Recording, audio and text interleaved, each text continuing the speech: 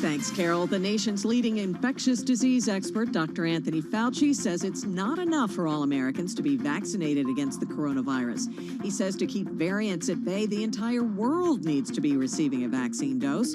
He spoke with Bloomberg's David Weston and also sounded encouraging about when vaccines will be available for younger children. We anticipate that by the time we get to the end of this calendar year and the beginning of the first quarter of 2022, we likely will have enough information to feel comfortable in vaccinating children of any age. For those pushing back on restrictions, Fauci says the easiest way out of those restrictions is to get a shot.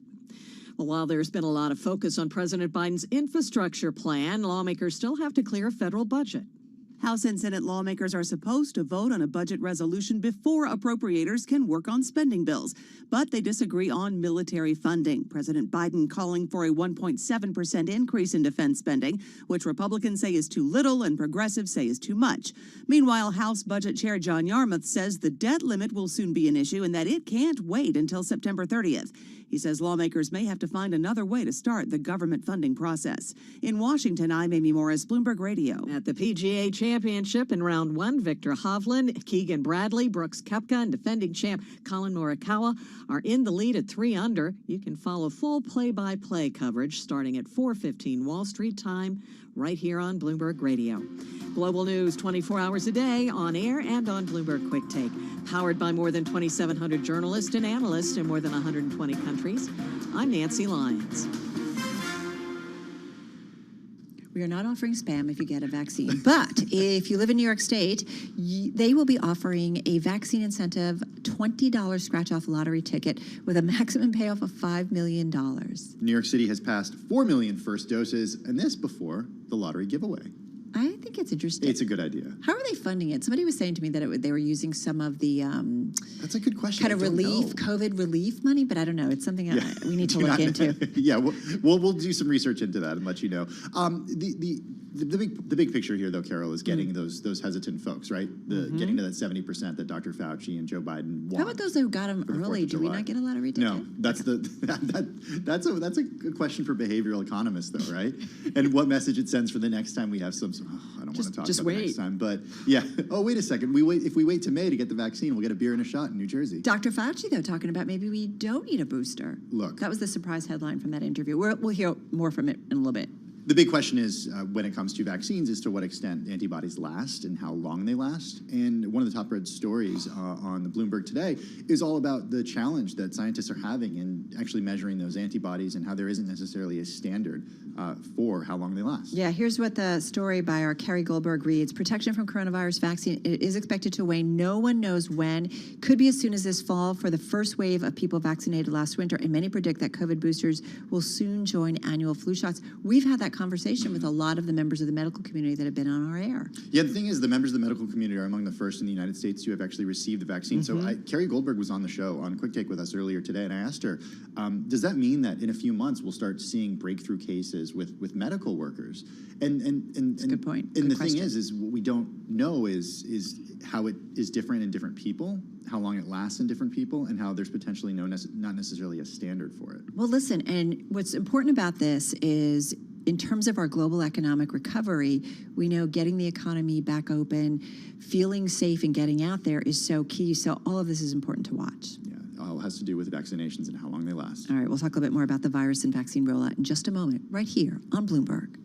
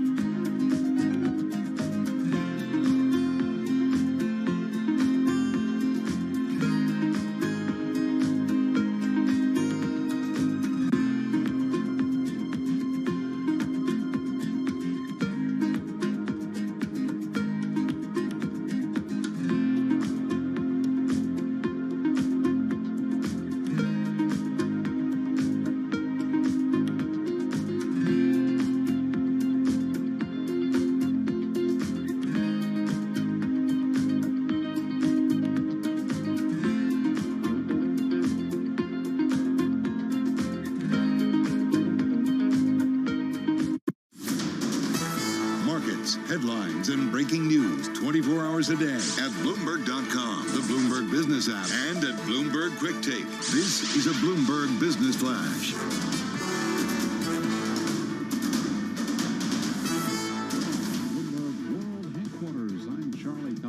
Stocks holding near session highs. The Dow, the S&P, and NASDAQ are all advancing right now. Tech companies leading the rebound in equities after a report showing applications for state unemployment insurance fell last week to a fresh pandemic low, rekindled optimism in the economic recovery. S&P up 43 right now, a gain of 1.1%. Dow Industrials up 220, up by 0.7%. NASDAQ up 213, up 1.6%. 10-year yield 1.63%. Gold is up $6.77 the ounce, up 0.4% at 1876. West Texas Intermediate crude down 1.9%, 62.17 a barrel. I'm Charlie Pellet. That's a Bloomberg Business Flash. All right, Charlie, thank you so much. You're listening to Bloomberg Business Week. Carol Master along with Tim Stenovic in our Interactive Brokers studio. We just talked about some of the day's COVID and vaccine headlines. Dr. Anthony Fauci, who's the director of the National Institute of Allergy and Infectious Diseases, he spoke to Bloomberg's David Weston earlier today at the Bloomberg Business Week live event, and they talked about the possibility of another COVID wave. We don't want to declare victory prematurely, but if we can get the 70% of adults vaccinated with at least one dose by the 4th of July, the way the president has set the goal, I think the chances of there being a surge or a rebound is extremely low. That's the reason why we want to continue to get people vaccinated. All right, and that, of course, was Dr. Anthony Fauci, director of the National Institute of Allergy and Infectious Diseases, catching up with our David Weston at the Bloomberg Business Week live event. Let's talk about the latest on COVID and the vaccine. Sabra Klein is professor of molecular microbiology and immunology at the Johns Hopkins Bloomberg School of Public Health, supported by Michael R. Bloomberg, founder of Bloomberg LP and Bloomberg Philanthropies. Her research uncovering the mechanisms mediating how males and females differ in their immune responses to viral infection and vaccination. She's also co-director of the Center for Women's Health, Sex, and Gender Research. She is with us on the phone in Baltimore. Sabra, nice to have you here with Tim and me. So Dr. Anthony Fauci, I think, surprised us by some of the things he had to say about maybe we won't need a booster, talking about the possibility of another COVID wave. What's the reality? What are the discussions you all have at Johns Hopkins about maybe what's next from here, the good and the bad? I think the good news is that the vaccines are proving to be excellent, and they're proving to be protective against some of these variants, including the variant that was initially identified in the United Kingdom, which is quite prevalent now here in the United States.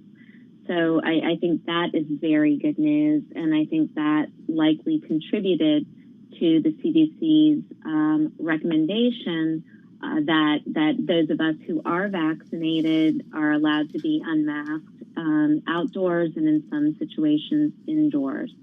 I think what we see in other countries cause us to pause and probably cause Dr. Fauci to remind all of us that just because our numbers of cases are down here in the United States, and we're getting so many people vaccinated, that we're still not completely out of the weeds.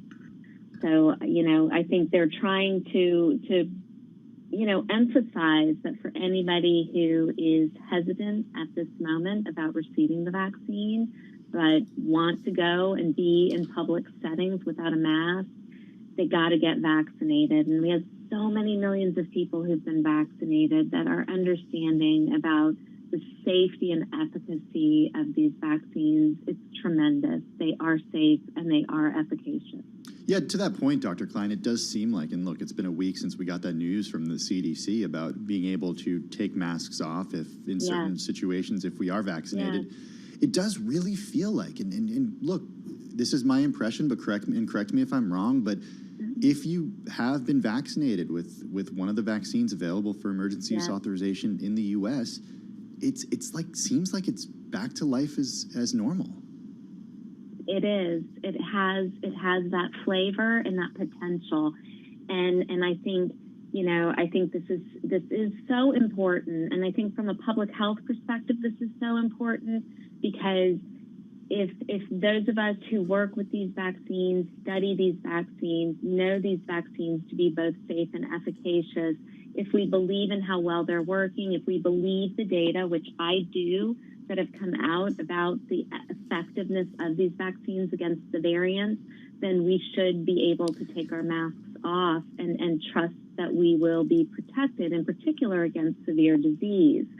No vaccine is going to be 100%. So as your listeners may have, those one-off stories of somebody who got vaccinated but who still got infected. I'm even thinking about our story about the Yankees. Yeah. It is going to happen, but I think what needs to be appreciated is this is precisely what can happen during a typical flu season. As we prepare for the flu season in the coming fall, we know that vaccines, they reduce the probability of severe illness and death. They may not completely prevent you from ever getting infected.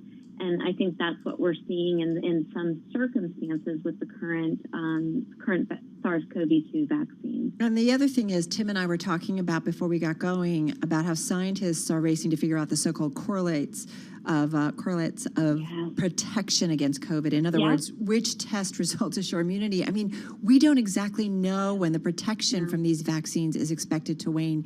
It's tricky. We don't necessarily have the tests yet, right, to tell us exactly that. You phrased all of that beautifully. That is all completely correct.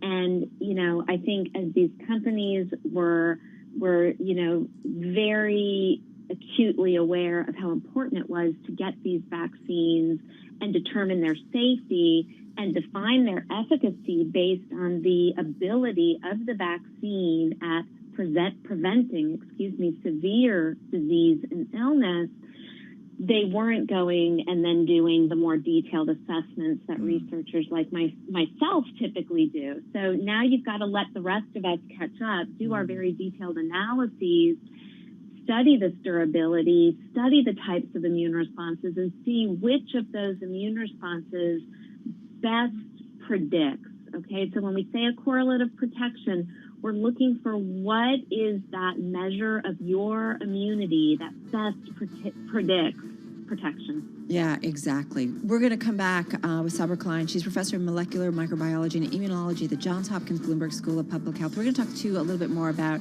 the vaccine, the virus impact on women, because we've seen some disproportionate concerns. Yeah, and also about questions just about vaccinations in women. Yeah, it's a especially good point. pregnant women. Exactly. You're listening to Bloomberg Radio.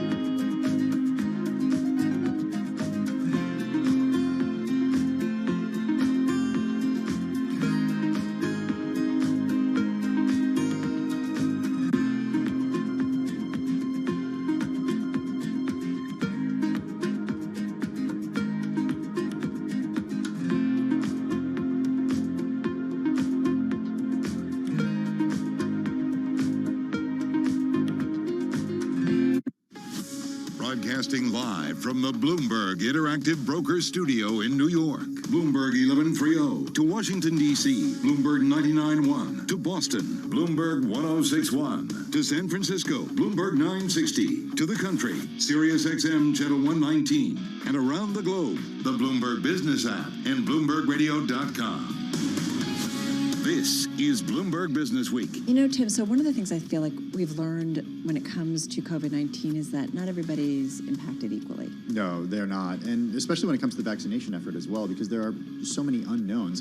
One thing that I'm eager to talk to Dr. Sabra Klein about is the way that women who are pregnant should be thinking about getting vaccinated, because we're learning more and more, even months after these vaccines have been available. Yeah, we know women have had lots of questions about all of it. We'll get back to her in just a second. First up, though, let's get back to Charlie Pella to check on that trading day and top business headlines. Hey, Charlie. Thank you very much. Shot in the arm today for Bitcoin, up 4% right now, 39,888 on Bitcoin. Fed Chair Jay Powell says the central bank will be launching a centerpiece research paper this summer on digital currency and will be seeking public input. As the central bank of the United States, the Federal Reserve is charged with promoting monetary and financial stability and the safety and efficiency of the payment system. In pursuit of these core functions, we have been carefully monitoring and adapting to the technological innovations now transforming the world of payments, finance, and banking. Tech companies are leading a rebound in equities. Today, right now, we have got the NASDAQ 100 index up 2%, NASDAQ Composite Index up 1.7%, NASDAQ up 226 points, S&P up 1.1%, up 45, the Dow up 0.7%, up by 223 points. 10-year yield 1.63%, gold up 0.3%, spot gold at $18.74 the ounce, a retreat for West Texas Intermediate crude down 2.1%, $62.05 a barrel. You've had your shots, but how do you prove it, especially if you want to travel overseas? The group of 7 nations will next month discuss ways to recognize COVID-19 vaccination certificates internationally, supporting a system of mutual recognition. M&T Bank says it will allow vaccinated customers and visitors to go without masks at its bank branches and corporate offices. And what about ongoing testing for people who've already got both shots? Probably not, says Dr. Jennifer Nuzzo, senior scholar of the Johns Hopkins Bloomberg School of Public Health. We know that people who are vaccinated are very well protected against infection. A few people do go on to become infected, but without symptoms, it's also very hard to transmit it because it's likely that their levels of virus are so incredibly low. So certainly they shouldn't be using a very, very sensitive test like PCR on people who are vaccinated and have absolutely no symptoms. The Johns Hopkins Bloomberg School of Public Health is supported by Michael R. Bloomberg, founder of Bloomberg LP and Bloomberg Philanthropies. And checking some of the vaccine stocks, Pfizer shares up 0.7%, BioNTech, the ADR is up 1.9%, AstraZeneca's ADR is up 1.8%, Moderna up 4.5%, Johnson & Johnson up 0.6. I'm Charlie Pella. That's a Bloomberg Business Flash. All right, thanks so much for that, Charlie Pella. Let's get right back to it with Dr. Sabra Klein, professor of molecular microbiology and immunology at the Johns Hopkins Bloomberg School of Public Health. The Johns Hopkins Bloomberg School of Public Health, it is supported by Michael R. Bloomberg, founder of Bloomberg LP and Bloomberg Philanthropies. Professor Klein is also co-director of the Center for Women's Health, Sex, and Gender Research. She joins us on the phone from Baltimore. Professor Klein, I want to get right into it when it comes to the questions that so many people have about pregnant women and vaccines. What do we know right now? What we know right now is we have, through the CDC reporting system, there have been thousands of pregnant women who've received the available COVID-19 vaccines. They have been proven to be safe. In pregnant women, there is no evidence that these vaccines are causing adverse reactions, either serious or non-serious, at a higher rate in pregnant women. So, and I think now knowing and having considerably more data over the course of this pandemic that infection can result in, serious effects on pregnancy outcomes, including things like preterm birth. I think pregnant women, and the recommendation by the CDC is that pregnant women in their second or third trimester should definitely be getting vaccinated. What do, though, pregnant women need to understand about kind of how this vaccine works to kind of feel more self-assured or confident about getting it? Absolutely. So, you know, I think the nature of these platforms and the terminology that's used for these platforms, mRNA, virus vector vaccines, these can sound quite intimidating, as though they could do something off target, either to the pregnant woman or their baby. And there is absolutely nothing to be concerned about. These are not causing infections in us. These are vaccines that, through their delivery mechanisms, are stimulating our cells to make, in this case, the spike antigen, which is what our immune system recognizes in the SARS-CoV-2 virus. It's just protein, so it can't replicate, it can't infect, it can't do anything to harm either the pregnant woman or her fetus. So, yeah. Professor Klein, I just want to jump in because how would you answer the question if somebody came to you and said, but wait a second, we don't yet know if the vaccine has an effect on a baby in 2, 3, 5, 10 years? Absolutely. I would say that there's no evidence from any vaccine ever that there are those types of long-term effects, but what there is ample evidence of is in utero infection during pregnancy can have long-term implications on the baby 1, 2, 5, 10 years later, even in cases where the virus itself is not transmitted to the baby. So I think pregnant women need to be considerably more concerned that the probability of getting infected and getting sick, very sick, and having to potentially be hospitalized is greater if you're not vaccinated. It's greater for pregnant than non-pregnant women, and the one way to mitigate this is by getting vaccinated. All right, some good advice. And I want to just mention one thing, because I heard somebody talking about this too. The CDC recommendation that women who need mammograms try to get them before vaccination or 6 weeks after a vaccination because of swollen lymph nodes under their arm. Like, we are finding out more information so that you have an understanding about when to do these things. Yeah, again, this is... I don't want to say it's a science experiment, but we're watching the research play out in real time right now. And each day we do learn more and more, but still so many questions, especially when it comes to that question that you asked, Carol. To what extent do these vaccines last past 6, 8, 10 months? Right, exactly. We don't know yet, right, because we've done it a little bit differently. Dr. Sabra Klein, she's professor of molecular microbiology and immunology at Johns Hopkins Bloomberg School of Public Health, co-director of the Center for Women's Health, Sex, and Gender Research. Great to have her back with us on the phone from Baltimore. All right, coming up, we are going to get into the magazine, an interesting story. An interesting story, and one that absolutely makes sense. Social networks exporting disinformation about the COVID vaccine. Facebook also letting anti-vaxxers scare women from COVID shots. We're going to get to that in just a moment. Right now, though, back to World and National News and Nancy Lyons in our 99.1 newsroom in Washington, D.C. Hi, Nance. Hey, Carol. The UN chief is urging an immediate ceasefire between Israel and Hamas. Secretary General Antonio Guterres started an emergency meeting today by calling on the international community to do everything in its power to enable the parties to step back from the brink. The fighting must stop immediately. I appeal to all parties to cease hostilities now, and I reiterate my call on all sides for an immediate ceasefire. Guterres also called on Israel and Hamas to allow for mediation efforts. Israeli Prime Minister Benjamin Netanyahu is meeting with his security cabinet to discuss a possible cessation of hostilities. President Biden is running into some resistance to raising the inheritance tax on wealthy Americans, and it's coming from his own party. Bloomberg's Nathan Hager reports from Washington.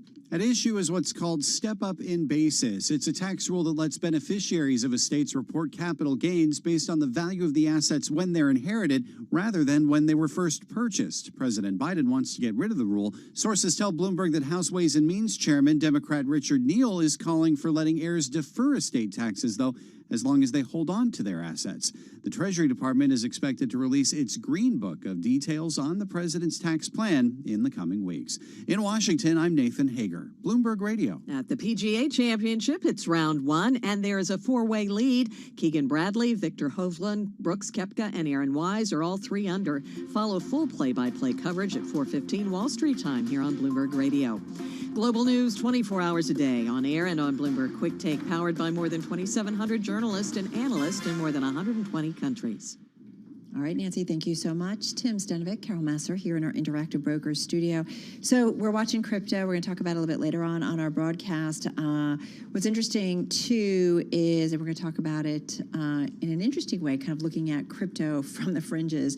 But this story by our Joe Weisenthal, who's got his own crypto named after him, apparently. Okay, so I just want to make sure he was very clear with us on Quick Take yesterday. He had nothing to do with the naming of the coin. Which is terrifying in its own right. It is terrifying, but it just goes to show how quickly someone can create one of these things, because he tweeted or blogged about it, and then, an hour later or 2 hours later, there was his Weisenthal network coin. It's there. $sign J-O-E, Joe. Well, I'm not sure if Wall Street's interested in the Joe coin, but we know Wall Street pros are increasingly being drawn toward Ethereum, and that crypto has bounced back big time. And Ethereum, as Joe writes, is a very different beast, he says. Whereas Bitcoin is considered to be digital gold, Ethereum aspires to be a world computer capable of being a platform for markets and distributed applications. He says it's complicated. It aims to do many things. It aims to run smart contracts. It's not meant to just be hodled. Like, what's interesting is I've heard this about crypto and blockchain in particular, that to use it for different ways, whether it's IP, whether it's contracts, like that takes you to a whole different world. It does, but I think one challenge here is how complicated, complex it is, because I think a lot of people still don't understand there's a difference between the blockchain, Bitcoin, what happens, Ether, the token, what Ethereum is, and that potentially could hold back the development of it because it's still in the early stages. Yeah, exactly. And I think it will be, I would say crypto market watchers will say it's interesting to see ultimately where Wall Street, right, embraces, whether they, what crypto coin they ultimately get much more involved in, maybe for some legitimacy. Now I can finally say the word. But, we're watching that really closely. Yeah, and that was a big story yesterday, was the question of, okay, well, if this is supposed to be taken seriously, how do you price something in an asset that dives 30% in one day? Right. It's not easy, to simply put. All right, you're listening to Bloomberg.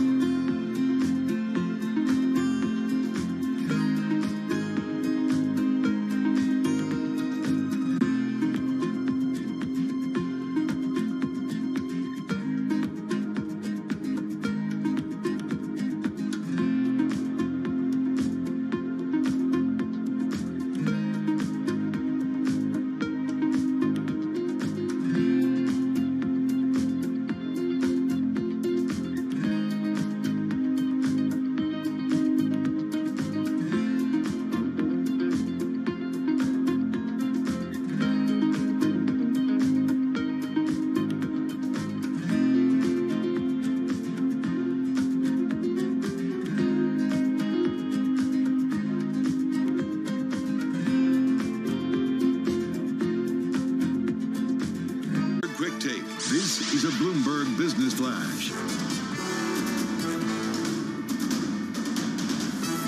Low, and that's rekindling optimism in the economic recovery. 2-week high on the NASDAQ 100 index, up now by 1.92%. NASDAQ Composite Index up 1.7%, up 222 points.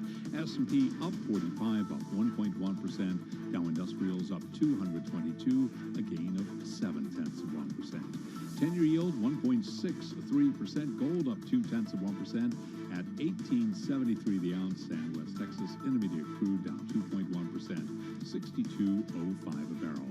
First day out for Oatly Group. That's the vegan food and drink maker. It is jumping in its debut after pricing its initial public offering at the top of a marketed range. Right now, looking at shares of Oatly, they are up by 22.9%.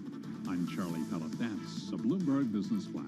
All right, Charlie, thank you so much. Bloomberg's Sarah Fryer, she has been following how social networks circulate information for years, and her latest reporting in the magazine covers how social networks are exporting disinformation about the COVID vaccine. And Tim, exporting is the key word. Yeah, it certainly is. Content that's blocked or flagged in the U.S. often continues to circulate in other languages. Joel, the question that I have whenever I read a story about content moderation in Facebook is, these companies are the most powerful technology companies with the brightest minds.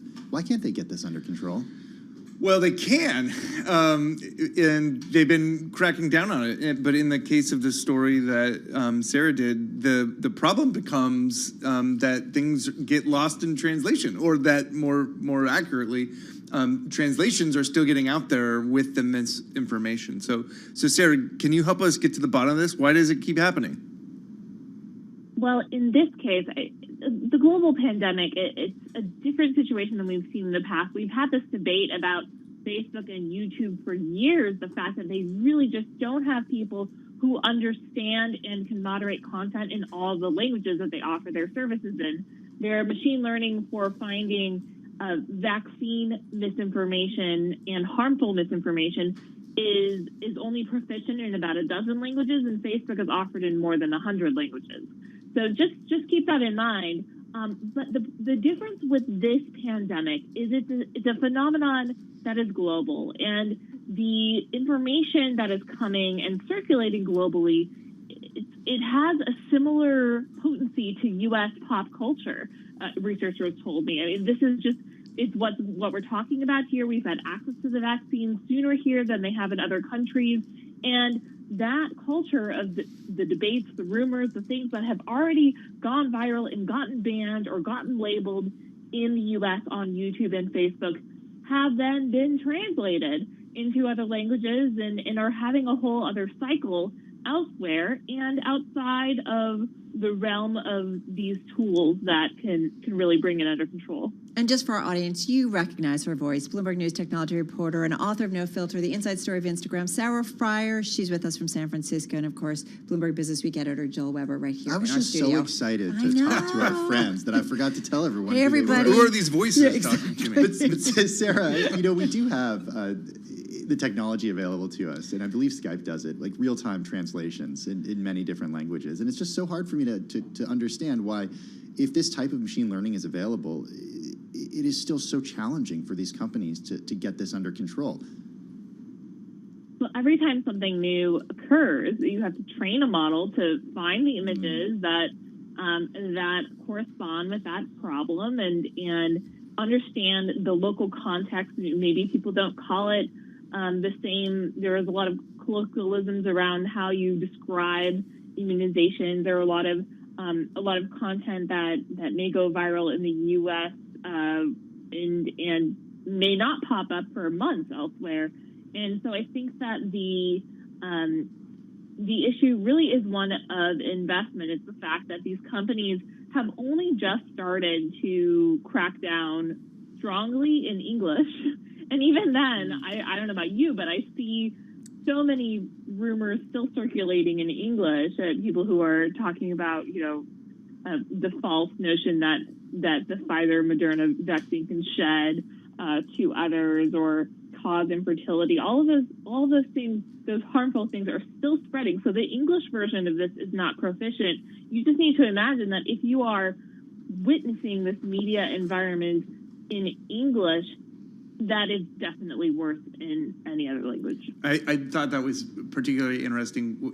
There's a paragraph in the story about Arabic subtitles in particular. Can you tell us about that one and what a review by the Institute of Strategic Dialogue found? So the Institute of Strategic Dialogue found that there were these U.S.-originated videos of women shaking and convulsing, purportedly after getting the shot, but they were obviously, lacking context and it wasn't verified. And then they were labeled as needing to be fact-checked in the U.S. on Facebook. But those same videos, exactly the same content, just with Arabic subtitles, were not caught by the same machine learning algorithms in Arab language countries. So I think that this is what we've seen happen over and over, is that the U.S. drama occurs and gets evaluated. And we saw it also with even before the era of vaccines, we saw with the Plandemic video. I don't know if you guys remember, that was the highly conspiratorial video, documentary that, went and had millions of views on Facebook and YouTube before it was taken down finally by the platforms for its harmful impact. And that video was circulating in other countries for days, becoming a problem before it was addressed in other languages. So what do the social media companies say, Sarah, when it comes to basically policing platforms outside the U.S.? It is really not that transparent. Facebook still does not disclose how many moderators it has in a certain language. Any comparative data on how its work in the U.S. compares, or in Europe compares to work elsewhere. We get bulk statistics from companies like Alphabet, Google, and YouTube, but we do not have any transparency into the actual effectiveness. We are relying on this anecdotal research from people who spend their whole career looking at this problem, and they're telling us that this is the trend that they're seeing. But I really think that in order to get to the bottom of this, we're going to need a lot more information from these companies that have now had so much control over our global information diet. Sarah, I know you've spent months reporting on misinformation when it comes to vaccines on these platforms, and years reporting on these platforms in the research for your book. Give us the motivation for people who do spread this disinformation in just the last 30 seconds that we have with you. It is about being a personality on the internet, about getting that engagement, and in some cases about making money. I mean, the people who are telling you that vaccines are scary and possibly harmful, they're also trying to sell you alternatives. They're saying, buy my supplements instead, or, come to my mindfulness retreat instead, listen to my podcast. And so I think there is a commercial aspect, there is an ego aspect to this, and there's some people who really have fallen down the rabbit hole and believe it and are trying to keep each other safe, and those are the people that we need to make sure get the right information. Well, great continuing coverage, Sarah. Thank you so much. Bloomberg News technology reporter, author of No Filter, the inside story of Instagram, Sarah Fryer, on the phone in San Francisco. Our thanks to Bloomberg Business Week editor Joel Weber in our Interactive Brokers studio. You are listening to Bloomberg Business Week. Coming up, we've got the Bloomberg Big Take. We're getting to that. We're going to talk a little bit more about crypto and ASS coin. Yeah, on the fringe. On the fringe.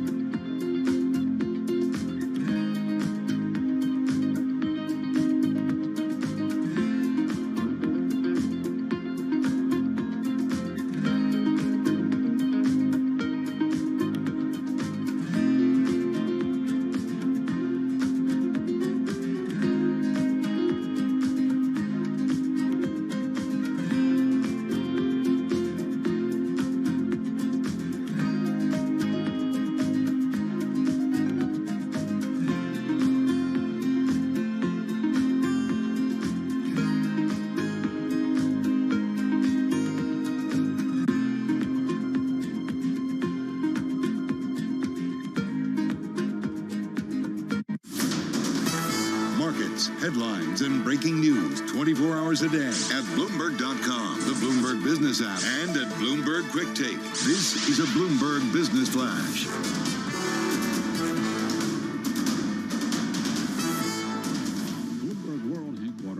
Charlie Pellet. We move into the final hour of trading on this Thursday, May 20th. We've got the Dow, the S&P, NASDAQ all advancing.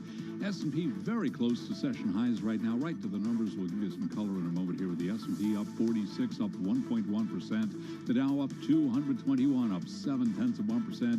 NASDAQ up 234, up 1.8%. NASDAQ 100 index up 2%. Russell 2000 up by just about 0.2%. Dow Transports down by 0.6%. Technology companies are leading a rebound in equities today after a report showing applications for state unemployment insurance fell last week to a fresh pandemic low, rekindling optimism in the economic recovery. Again, the S&P up 46, up 1.1%. The Dow up 218, up 0.6. NASDAQ up 232, up 1.7%.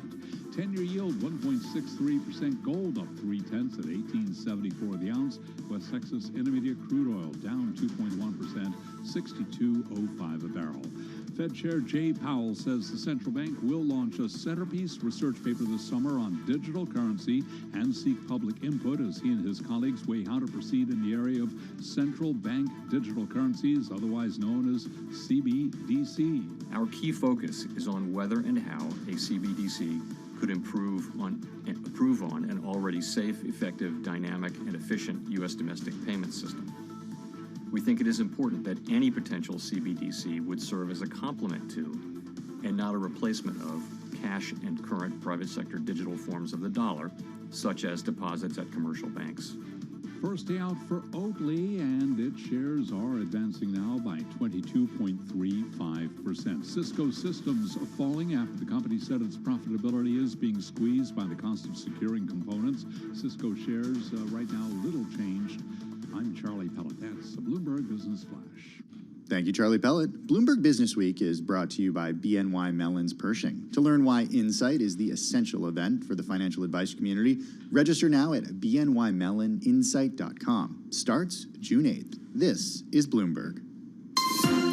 This is The Big Take, the best of Bloomberg's in-depth original reporting from around the globe. What we have to make sure we do as the economy recovers is look at the data kind of broken down a bit. These funds are becoming more and more expensive. You're looking at $15 billion for their entry level. There have been waves of immigration that have faced a lot of resistance. There's a lot of color behind the scenes and a great untold story. How did Bezos really come out on top? As the cover says, Jeff wins. He always seems to win. The Big Take on Bloomberg Radio. It is time for today's Bloomberg Big Take, the Bloomberg exclusive that you need to be focusing on and that only we have. It's a timely story, Tim, taking us to the fringe of the crypto craze. Joining us now is Ms. Lena Igafopoulou. She's personal finance reporter at Bloomberg News, joining us on the phone from New York City. I'm not going to say it, Missy, because I don't want to get in trouble. I'm going to spell it out. ASS Coin Billionaire, tales from the fringe of the crypto craze. What is ASS Coin? It stands for Australian Safe Shepherd Coin. Okay. Hey guys, thanks for having me on. And it's a meme coin. And it's only one of few meme coins that have been popping out across social media just in the past month.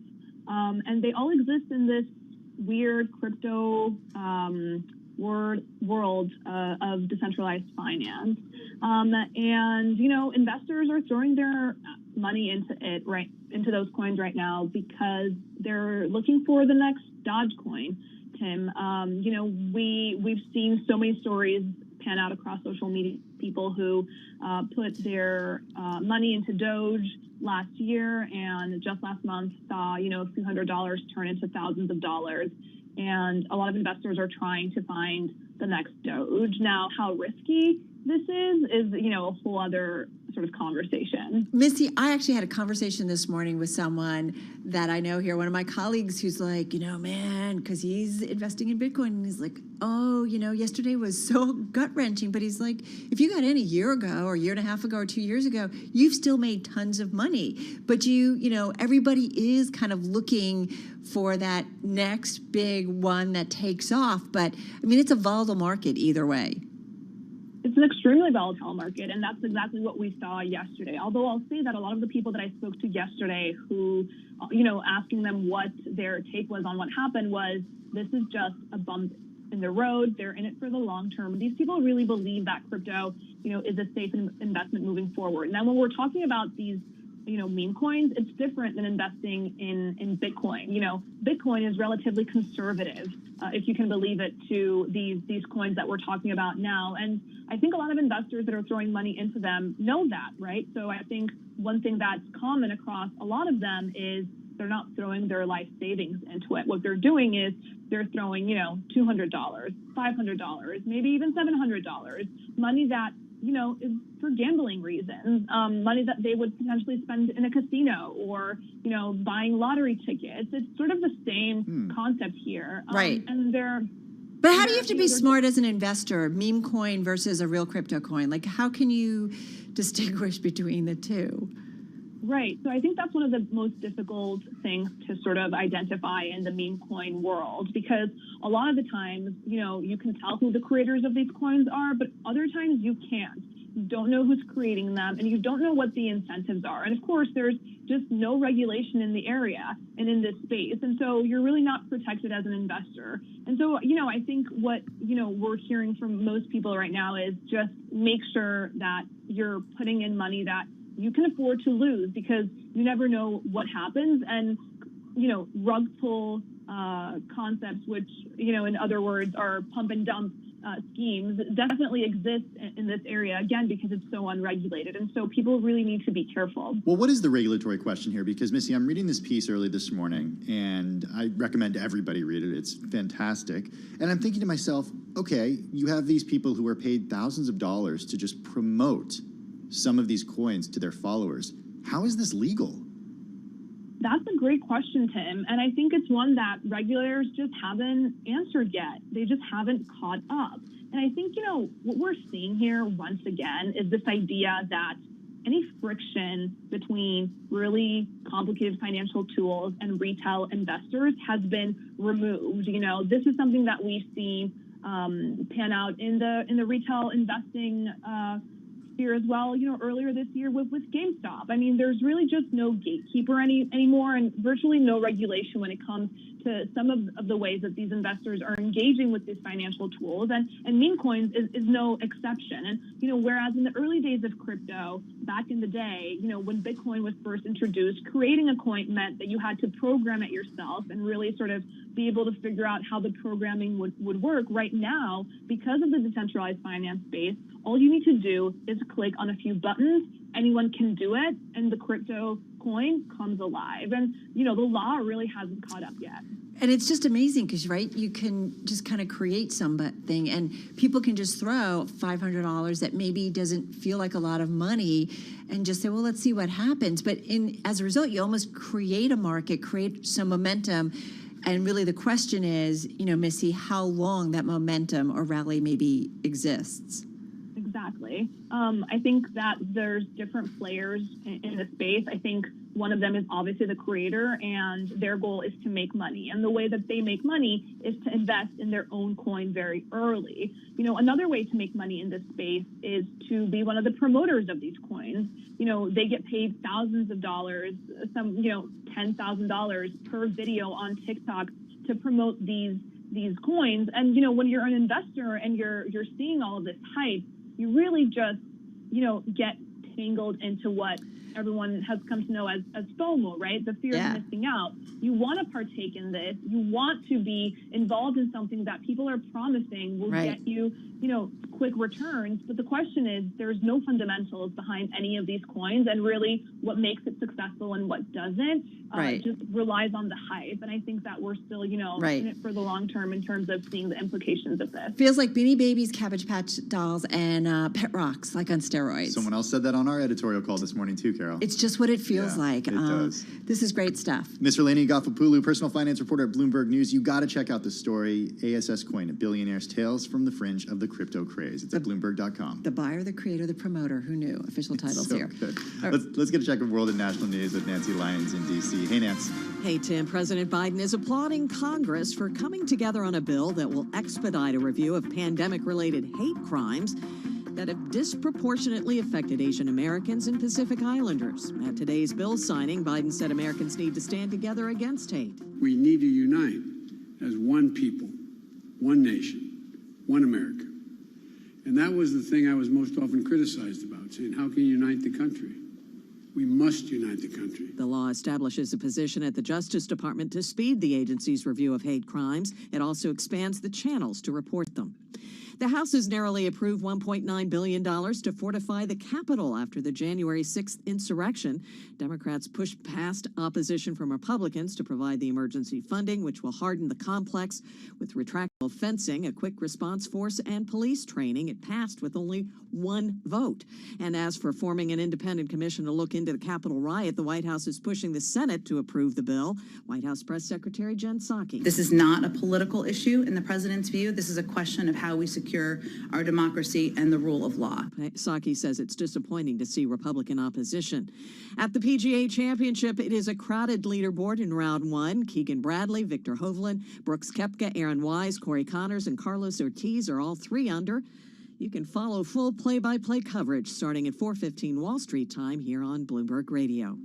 Global news 24 hours a day on air and on Bloomberg Quick Take, powered by more than 2,700 journalists and analysts in more than 120 countries. I'm Nancy Lyons. Thanks, Nance. Carol Masser, Tim Stenovic here in our Interactive Brokers studio. This story is your second most read story on the Bloomberg terminal in the past 8 hours. Has to do with Credit Suisse considering special retention bonuses for top performers after the Greensill Capital and Archegos Capital Management scandals rocked the Swiss lender and set off a wave of departures. This is, listen, they're trying to hold on to their people because their people are an asset class for them. Like every company. And yes. We've seen some high level, we've seen retention issues at many top companies right now. Mm-hmm. The firm's top executives and board of directors are weighing moves to keep top performers. These include both junior employees and veteran rainmakers after the incidents hit the value of stock awards and future compensation projects. That's according to people with knowledge of the matter. Yeah, and especially they're looking to stem investment bank defections in some of their hubs, including the United States, according to those in the know. Listen, Credit Suisse, they are in the midst of one of the most difficult periods since the financial crisis. They've rocked by these dual scandals. They tripped a multi-billion-dollar hole in its balance sheet and really further hit its reputation. Reputation does mean something on Wall Street, ultimately. You have choices when you go to do a deal or do a transaction. Now, it's not just people who are sort of leaving on their own accord. Competitors are viewing the second largest bank in Switzerland as a fertile hunting ground for talent that otherwise would be hard to poach. The risk of departures is extended beyond just the investment bank. Relationship managers to wealthy clients also grapple with the challenge of reassuring customers after the twin scandals. Right. No comment from the bank. No decision, apparently, according to those in the know, has been made, though, yet on whether to offer these retention bonuses. But listen, the prospect of uncertain compensation and also this kind of long journey for the bank to get back in terms of its reputation, you know, we are seeing this result in poaching within the industry and a lot of movement. I also want to get to this story from John Tozzi. Oh, sure. JP Morgan launching a new venture to grapple with healthcare. And they're trying, again, the bank trying a fresh approach after, remember, that Amazon, Berkshire Hathaway, and JP Morgan joint venture ended. Morgan Health is going to focus on bank employees and invest $250 million. Yeah, first they're going to focus on health for their JP Morgan workers, and then they're going to look at it for other companies. Listen, health is huge in terms of the industry and potential revenues. This is Bloomberg.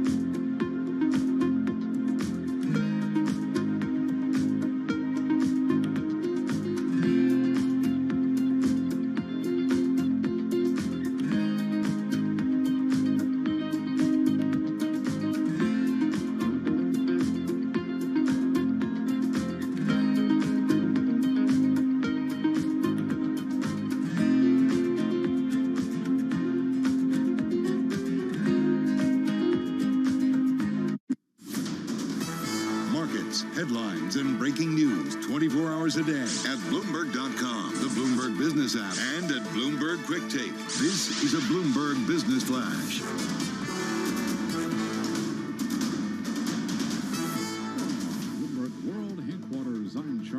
We've got the Dow, the S&P, NASDAQ all advancing very close to session highs right now on the S&P. Let's head right over to the first word breaking news desk for today's afternoon call. Here he is, Bill Maloney. And good afternoon, Charlie. That's right. U.S. stocks with a bid today, with the Dow currently up 265 points. S&Ps are up 51. NASDAQ climbs by 244. The U.S. 10-year yield at 1.63%. Gold is up 5, and transports fall 80 points. Among the main 11 S&P sectors, only energy was in the red, and leaders to the upside in the Dow, Apple and Microsoft, while Caterpillar and Verizon led to the downside.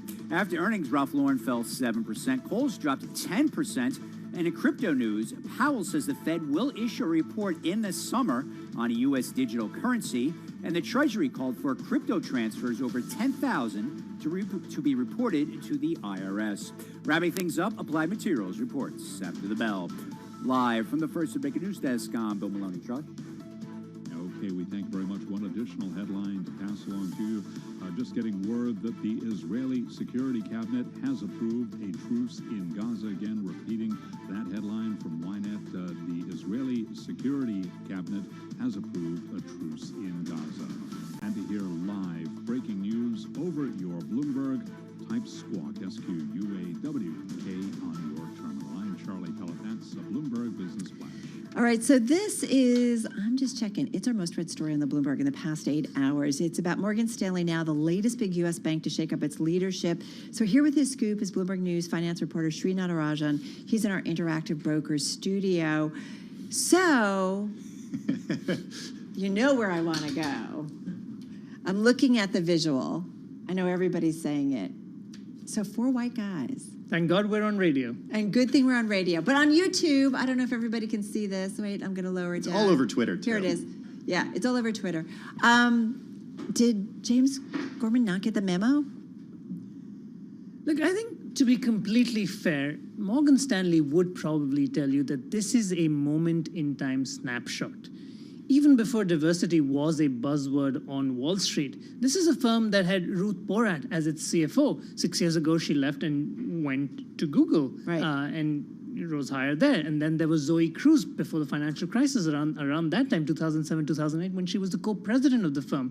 So Morgan Stanley has had women in senior leadership roles. Of course, it's a separate question why they've not been able to climb to the highest rank. Right. But it would not be totally fair to say that Morgan Stanley stands out different from every other bank.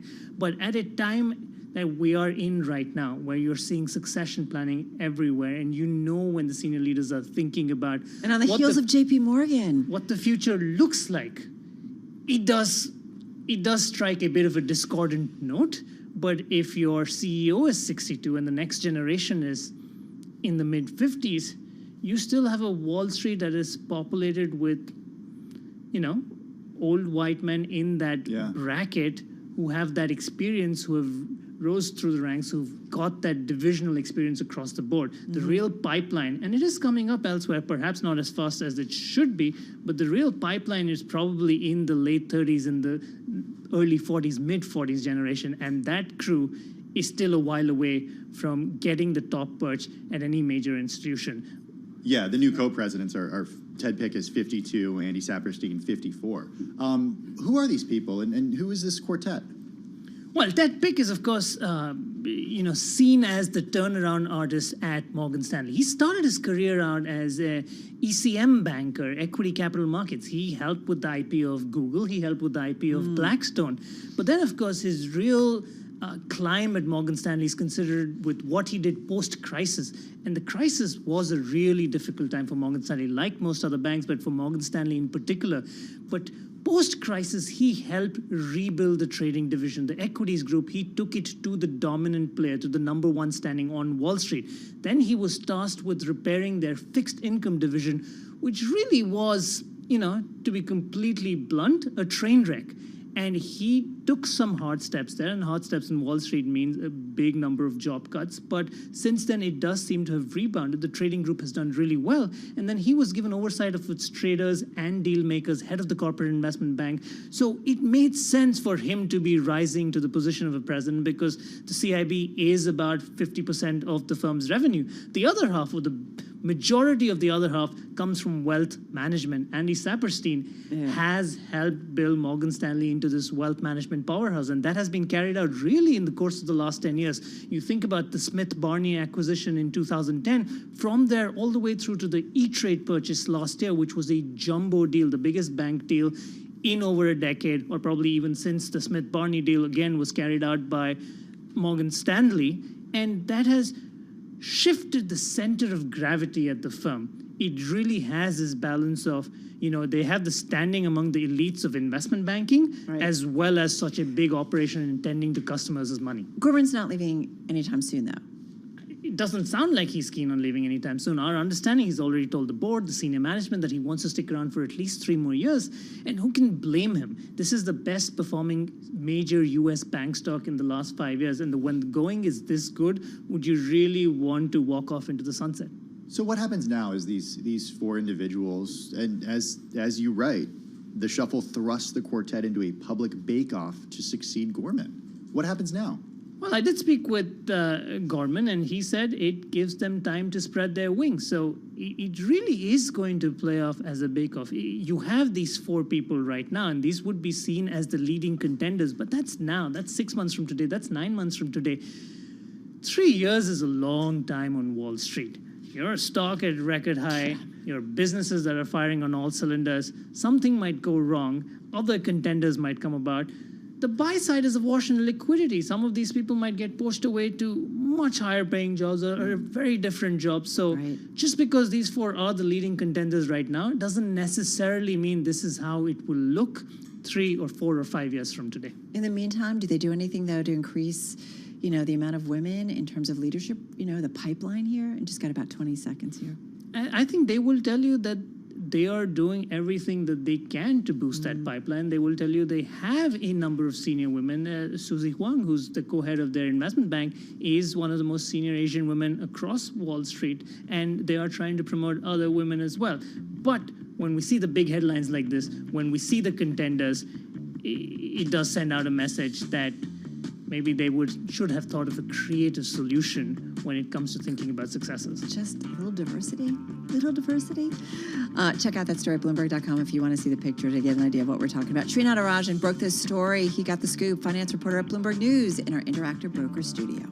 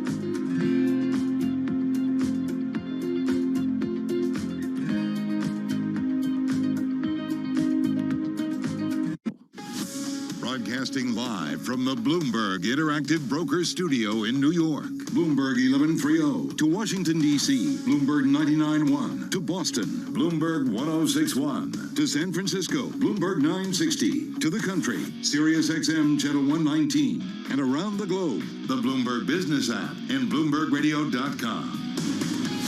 This is Bloomberg Business Week. All right, so we just got about 29 minutes to go in today's trading session. Time flies when you're having fun, Carol. Is that what this is? I think so. We're going to get to the chart of the day in just a moment with Dave Wilson. And song of the day. We can't forget about that. Yes, indeed. All right. In the meantime, let's get back to Charlie Pellet with a check on that trading day. We're almost done. Getting close. We have got stocks advancing with the Dow, the S&P, NASDAQ at or near session highs. Earnings after the bell today include Applied Materials up right now by 4.5%. Palo Alto Networks up by 2%. Tech companies leading the rebound today after a report showed applications for state unemployment insurance fell last week to a fresh pandemic low. That is rekindling optimism in the economic recovery. NASDAQ 100 index jumping to a 2-week high, up now by 2.1%. NASDAQ Composite Index up 2%, higher by 260 points. S&P up 54, up 1.3%. Dow Industrials up 298 points, up now by 0.9%. 10-year yield 1.63%. Gold up 0.4 at $18.76 the ounce. And West Texas Intermediate crude down 2.1%, $62.05 a barrel. You've had your shots, but how do you prove it, especially if you want to travel overseas? The group of 7 nations will next month discuss ways to recognize COVID-19 vaccination certifications internationally, supporting a system of mutual recognition. It'll be especially welcomed by the airline and tourism industries, among the hardest hit by the pandemic. In the U.S., nearly 40% of the population has now been fully vaccinated, mostly with mRNA shots, and the number of new cases each day has dropped by more than 85% over the past 4 months. Dr. Jennifer Nuzzo is senior scholar at the Johns Hopkins Bloomberg School of Public Health. I think, things are going to start to feel much better in the summer, but it's also contingent on more adults getting vaccinated as quickly as possible. So I really hope that people do that, because we're all ready to move on from this, and vaccines are the way to do that. The Johns Hopkins Bloomberg School of Public Health is supported by Michael R. Bloomberg, founder of Bloomberg LP and Bloomberg Philanthropies. Among some of the vaccine stocks that we track, Pfizer, they're all up for the most part today. Pfizer up 0.9%. Its German partner BioNTech, the ADR is up 2.7%. AstraZeneca's ADR is up 2%. Moderna shares surging 5.2% right now. Johnson & Johnson up 0.6. Recapping S&P up 1.3%. I'm Charlie Pellet. That is a Bloomberg Business Flash. Thank you, Charlie Pellet. This is Bloomberg.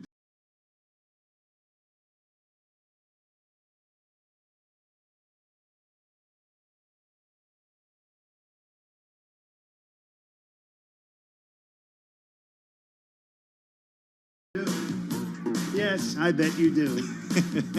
One thing leads to another. That's good. Okay. Do you know it, Carol? If something's broken, what do? You don't. Wait, what? I'm starting to think like Dave Wilson. It's the fix. Oh, With 2 X's. Exactly. Let's be clear. Exactly. Yeah, I wouldn't have gotten that. But you got the name of the title. By the way, title of the song. Dave, a listener, got in touch yesterday. Really excited about Creed. Well, there you go. Yeah. I had somebody who also got in touch with me who was not excited about Creed. Exactly. Hey, yeah, Creed is polarizing. What can you say? Buyer, seller, yin, yang. Exactly. So what about the chart? Well, buyer, seller. Think about what's going on with all these cryptocurrency stocks, I mean, it's been crazy the last few days, and arguably the last couple of weeks, too. So I kind of want to find out. All right, we talk about all these companies that have a tie-in of some sort to Bitcoin and other currencies. So if Bitcoin's moving, which stocks are most likely to move along with the digital currency? That's where I started. And yesterday, I was taking a look at Coinbase Global. Seemed like an obvious example. I mean, after all, they run an exchange where you can buy and sell these currencies. And so what it did was look at what's called correlation. Now, you can get numbers when you run that analysis anywhere from -1 to +1. +1 basically tells you 2 things are moving in lockstep. -1, if you got there, they'd be going in exactly opposite directions. So All right, the closer to 1 you are, the closer the correlation is. And so I did that. And then I looked at a bunch of other companies that have, links to crypto in one form or another. And it turned out that Coinbase was pretty closely linked at about 0.65, but it wasn't, shall we say, the top dog in the hunt. MicroStrategy was. Makes sense. Yeah, not a surprise. Well, in terms it of does, exposure given to what it crypto. has on its balance sheet. Yeah, absolutely. exactly. $2.25 billion. Some days, Dave, depending on the price. That's how much they've invested, Tim. I wasn't going to talk Okay. about what it was worth. Okay? So, it made sense from that perspective, but it wouldn't necessarily be your first choice. And, I looked at a bunch of other companies as well. PayPal was the least correlated, even though, they allow people that use their payment system to trade the currencies. Tesla. It's 0.51 on your chart. And look, it's a car company, and we do know that it bought Bitcoin in February. It added to its balance sheet. We know all the drama. We don't need to go into it. Fairly high correlation. That's what I was going to say, Carol. I think. Given the portion of its cash that is Bitcoin, that's a relatively high correlation, right? Yeah, of course, you could say Tesla's business has kind of had a few setbacks lately. Certainly the shares have after the run-up they experienced last year. So, to some extent, you can understand. I mean, as far as correlations go, these are all fairly high. It's just the MicroStrategy really jumps out. And if you want to see what we're talking about, folks, send me an email. I'll get you the chart, the explanation that goes with it, and everything I do going forward. The email address is dwilson@bloomberg.net. That's dwilson@bloomberg.net. Where does Bitcoin show up on a balance sheet? Bitcoin investments. Presumably, I don't know. I'm not an accountant. But I would think cash and equivalents would be the first place because you could, you can turn Bitcoin into cash. It may be a bit laborious. I was looking for it on MicroStrategy's balance sheet. I looked for it very quickly and couldn't find it. But what I did find was a tweet from Michael Saylor, who laid it all out, and including the average price that he bought the Bitcoin at, which as of a few days ago was just around $24,000 per coin. Right. Yeah. And we had the story about that's where that $2.25 billion number came from. He put it in the tweet. Yeah, absolutely. I'm just wondering what line on the balance sheet. I'm going to keep going through. Good stuff. Where can we find the chart? Well, it's out there. It's And out there. I gave my email address, dwilson@bloomberg.net. She's deep into balance sheets right I now. think I did anyway. I forget sometimes. Stock of the day? Stock of the day, Shoals Technologies Group. This is a company that makes solar equipment. They went public in January at $25 a share. Went up initially, fell below the price a week ago. Today, they're higher after Goldman Sachs raised their rating to buy from neutral. Now, I'll point out that Goldman Sachs was actually the lead firm on the company's initial public offering. Wait, Make and they of like that what it? you will. And they like it? They do. Okay. Well, they didn't like it before, which perhaps is more telling. That's true. In any case. All right. When do we get that? When you get that at 4:15 Wall Street time, and the ticker is SHLS. I'm doing double endorsement for you today. You can look for Dave's Stock of the Day at 4:15 Wall Street time. It's on Facebook, LinkedIn, and on Twitter at @TheOneDave. Get a little something extra at the end of the week here from Dave Wilson. Dave, have a good night. Really appreciate it. Bloomberg Stocks columnist and editor Dave Wilson. Let's get a check of world and national news with Nancy Lyons in D.C. Hey, Nance. Hey, Tim, there appears to be some signs of progress in the Middle East, with Israeli media reporting the country's security cabinet has approved a ceasefire to end an 11-day military offensive in the Gaza against Hamas. The decision came after heavy U.S. pressure to halt the offensive. Well, President Biden has signed legislation to combat a sharp rise in anti-Asian hate crimes that have been on the rise during the pandemic. He hails passage of the measure as a rare moment of bipartisanship in Washington. There are simple core values and beliefs that should bring us together as Americans. One of them is standing together against hate, against racism. Biden says he's proud both parties have stood up together to say something. Well, the nation's leading infectious disease expert, Dr. Anthony Fauci, is making it clear the CDC's latest recommendation on mask wearing applies to those who are fully vaccinated. And he tells Bloomberg it's up to businesses if they want to follow that recommendation, which is what has led to confusion. She's saying, wait a minute, the CDC is saying that if you're vaccinated, you don't have to wear a mask. And now you're telling me I have to wear a mask if I come into your...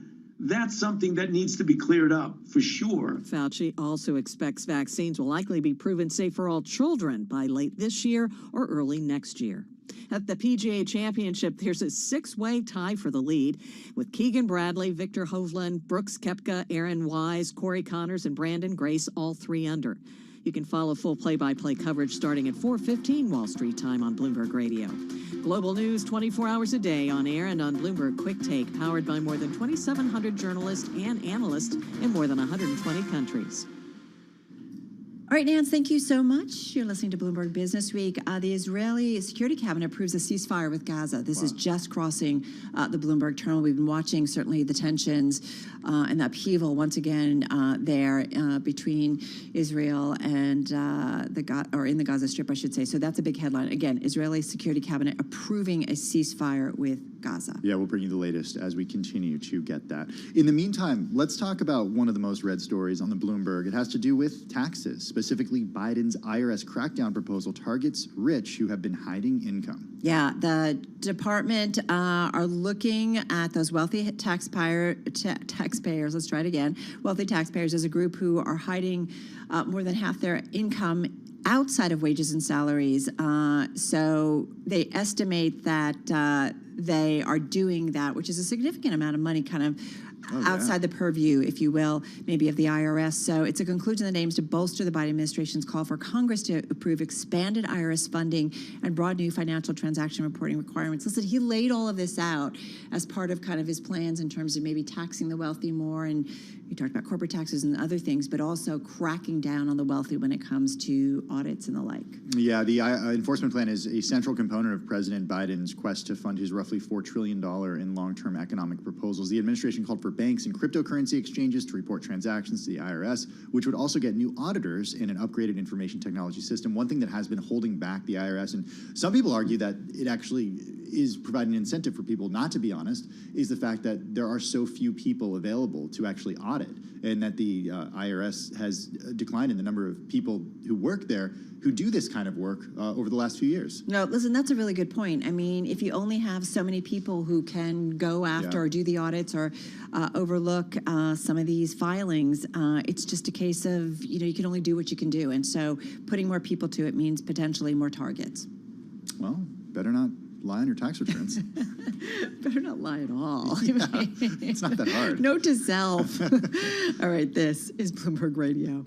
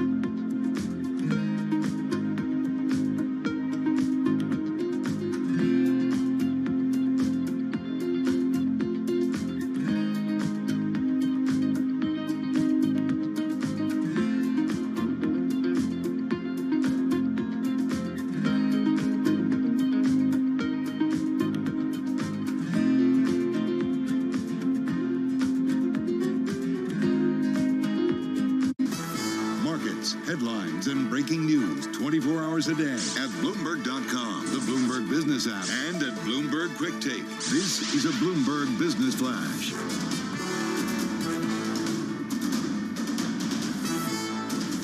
Bloomberg World Headquarters, I'm Charlie Patel. 13 minutes to go ahead of the closing bell. This update brought to you by BNY Mellon's Pershing. Insight is virtual and free beginning June 8th.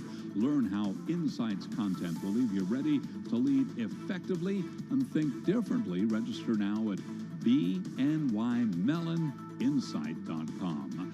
This update, Israeli Prime Minister Benjamin Netanyahu's office announcing a ceasefire in its Gaza operation. That ceasefire scheduled to take effect in hours since fighting broke out May 10th. Israel has launched hundreds of airstrikes that it says targeted Hamas's infrastructure, including a vast tunnel network. But again, Israeli Prime Minister Benjamin Netanyahu's office announcing that ceasefire in its Gaza operations. Stocks moving higher. Technology companies leading the rebound today after a report showed applications for state unemployment insurance fell last week to a fresh pandemic low, and that rekindled optimism in the economic recovery. S&P up 51, a gain of 1.2%. The Dow right now up 256, up by about 1.8%. Should point out that the S&P close to session highs. We've got NASDAQ up 254, up 1.9%. The NASDAQ 100 index, two-week high there, up by 2%. 10-year yield 1.63%. Gold up 0.4%, 1876 the ounce. Bitcoin surging 4.7%, back above 40,000 now. 40,148. West Texas Intermediate crude down 2.1%, 62.05 a barrel. I'm Charlie Pellet. That is a Bloomberg Business Flash. I'm driving in my car. I turn on the radio. How about you let me drive? Oh, no. Who's gonna drive you home? Honey, please, I'll do the driving. Drive on. Excuse me, I want to drive. Just drive, baby. It's the question that drives us.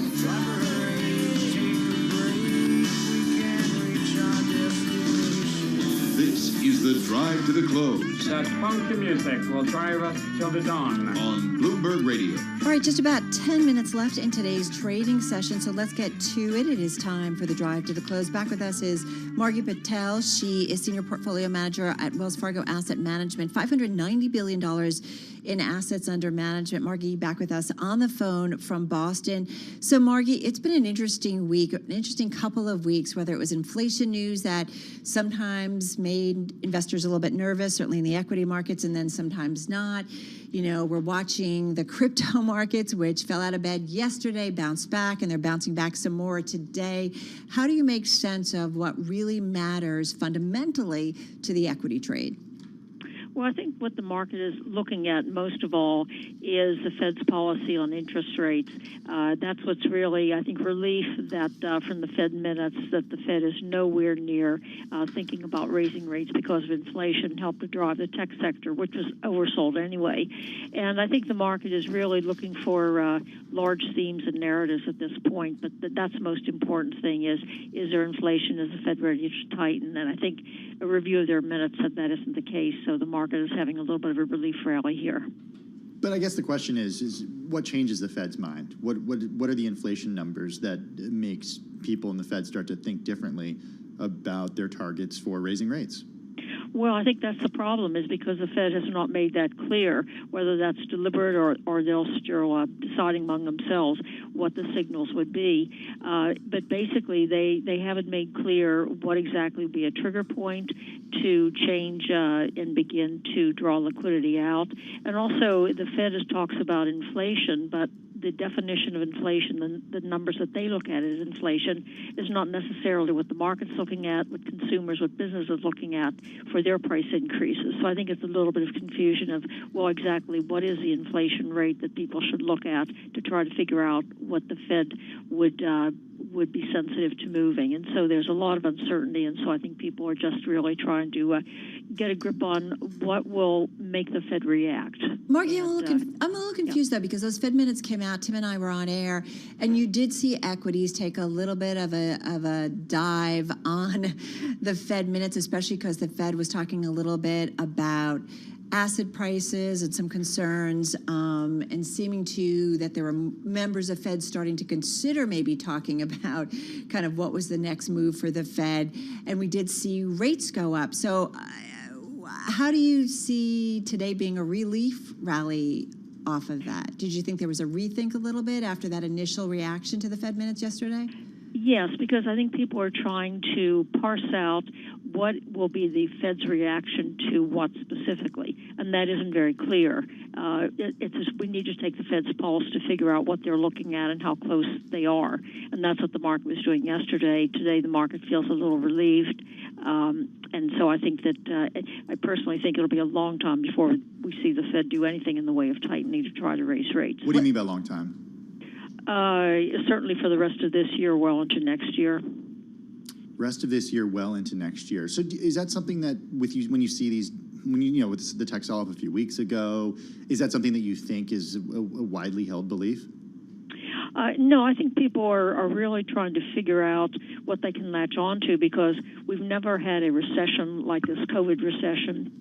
It hasn't been driven by economic conditions. The Fed has a monetary policy that we've never seen before. And also the Fed is saying, watch for our reaction, as opposed to saying, these are the data that we're looking for that'll be our trigger. So the market's sort of flailing around saying, well, what inflation numbers that they're looking at? Certainly in the real world, we're seeing that, but the Fed isn't reacting to it. So, and then I think that keys into the biggest sector, which is the tech sector, that's been the most overvalued performance-wise, and so it's the most sensitive at any time we see any wobbly in what the 10 years doing that makes weakness in tech. Today, 10 years rallied, tech's up, especially techs have been, I think, gotten pretty oversold here over the short term, worrying about interest rates. Well, how do you think investors should think about tech specifically? Should you even be thinking short term, or do we know longer term, especially some of those big momentum players, that they're going to be around for a while? That's where we're still going to see some growth. That's where we're going to still see some momentum. And it makes sense fundamentally. Yes, I think that those companies, the high-quality, proven growers, are going to continue to be above-average performers over the next few years. But still, we have a lot of short-term trading, nervous money that's come out of tech, and when they come out of tech, they come out of the small, risky names and the big names, too. So I think you're just seeing a little bit of market volatility. So we're trying to look through that and not really trying to trade the tech sector based on the short-term moves, but just say long-term, we think we'll still see higher growth out of that sector than most other market sectors. So we still like the sector a lot. What are your thoughts on cryptocurrency? Yesterday, we saw quite the decline with Bitcoin, more than 30% before making up much of that, and Bitcoin at last check trading higher on the day today. What are clients asking you about Bitcoin, and how are you feeling about it? We're not seeing many questions on that. Really? It's because our clients are really broker advised, so when they get nervous about that sort of thing, they talk to their advisor. He calms them down, and then they feel better about the world. We think it's a speculative development. It doesn't give you the information, say, that if you looked at the price of gold, might give you about market sentiment and risk and so forth. That's interesting. I'm surprised we're not getting more questions about it. Yeah, that is interesting. I mean, I don't know. How do you think about it? You have seen a lot of different cycles, a lot of funky new wave investments, whether it was high yield junk bonds way back when that have now become kind of a normal part of an investor's portfolio. How do you think about digital currencies? Well, I think it's mostly a market that participants are short-term traders, opportunistic investors, short-term, and maybe new people to trading. So it seems very exciting and new and fresh. And that's how we always learn until the market teaches us a good lesson about fundamentals. So I think it's just really reflecting liquidity, a surge of new investors, something that seems on the surface very exciting and new and techy, but not much to do with fundamentals or relative value of currencies, for example, or anything about inflation. It's just too volatile. I should say Bitcoin paired gains as the Treasury seeks to toughen tax compliance, but now is back above $40,000, so up another $1,800 today. Yeah, we've seen really, really dramatic moves. One quick last point, 20 seconds here, Margie. What do you want to avoid in this environment? We think that some of the smaller tech names are still a little vulnerable here because we still see some money coming out of those sectors. And we think some of the economically sensitive sectors have gotten way ahead of themselves with market enthusiasm on the rebound. We think they're going to be kind of dead money for the next 6 months. All right, good to know. Good to check in with you. Margie Patel, Senior Portfolio Manager at Wells Fargo Asset Management, $590 billion in assets under management, joining us on the phone from Boston. And this on a day where we are going to get ready to break down AMAT earnings. A headline crossing, CNA Financial paid $40 million in ransom after the March attack, or after a March attack. So again... $40 million? Yeah, $40 million. Colonial was $5 million. Yeah, so that's a lot of money. Wow. All right, we're going to talk about that. We're going to take you down to the closing bell. Coming up next, Beyond the Bell, our cross-platform coverage on radio, TV, and on YouTube. This is Bloomberg. Beyond the Bell, Bloomberg's comprehensive cross-platform coverage of the U.S. market close starts right now. And right now, we are 2 minutes away from the end of the trading day. Romaine Bostick, Taylor Riggs, Caroline Hyde is back, counting you down to the closing bell. Here to take us beyond the bell, our global simulcast team. Carol Massar and Tim Stenovic bringing together our Bloomberg television, radio, and YouTube audiences. Carol, 3 straight down days here for the S&P 500, a bit of a rebound today. Yeah, tech's up, stocks are up, crypto's up. So too is Fed interest in crypto oversight. They're going to have a commission over the summer. But what's interesting is jobless claims are down, and so too is, Tim, some nervousness about the U.S. economy. Yeah, look, and I think that's really the big difference that we saw between yesterday and today. Of course, some of the fears in the crypto asset class yesterday spreading into equities, but at the same time, we did get that new pandemic low for weekly jobless applications that came as welcome news for traders, signs that the economy is getting back to where it should be. But yeah, tech leading the way, quite a rebound after what we saw, Taylor. And I think Mike McKee nailed it at the top of our show at the 2 p.m. hour, Caroline, saying that as we've talked all about cryptocurrencies yesterday and today, you get perhaps discussions, a white paper, a report on a central bank digital currency. The timing, of course, made us keen on those headlines, as you would say. Fed coin, could it be a reality? They're suddenly going to weigh in on that, on the future of digital currencies. Yeah. Also, though, I mean, suddenly the IRS going to get pretty involved as well. That sort of perhaps took some of the joyousness, the exuberance out of Bitcoin's relief rally today, as they were worrying more about, well, where tax might go with it, Romain. Yeah, you wonder if the Fed coin is going to be popular as the Australian safe shepherd coin here. 19 seconds to go here. As we count you down to the close, we talk about the rally in tech stocks. You're looking at it there, 1.8% here on the NASDAQ composite, 13,530 and change. It'll take a moment, of course, for these numbers to settle, but the percentage changes, they're pretty much locked in here. The S&P 500 going to finish the day up about 1%, right around 41.59. The Dow Jones Industrial Average, it's up about 0.5%, but we should point out the transport's actually going to finish the day in the red, so we did see some weakness there in the material. We saw Bitcoin coming back about 4.6%. So Monero up about 20%. My crypto monitor on the Bloomberg just continues to grow, Taylor. And of course, we showed that crypto monitor yesterday. Today, we're going to go old school and go back to just some of the individual sectors. For our radio audience, what I love is we have the gainers and the losers, and even the losers are mostly green. So that describes a broad-based rally that is underway. Of course, at the top, it is pretty risk on when you think about auto, semis, tech. Those are all up 2 to 3.2%. You do get a feeling of defensiveness, no, with media and real estate, of course, being some of the bond proxies and the safe havens. And Carol, though, frankly, at the bottom, there are just 2 banks and transportation. You're off 1/10 of 1% and 0.3 of 1%, but everything else mostly green on the screen. All right, let's go to Applied Materials. Caroline, we're seeing AMAT out as we speak. Applied Materials second quarter adjusted EPS of $1.63. That's a beat, folks. The estimate was for $1.51.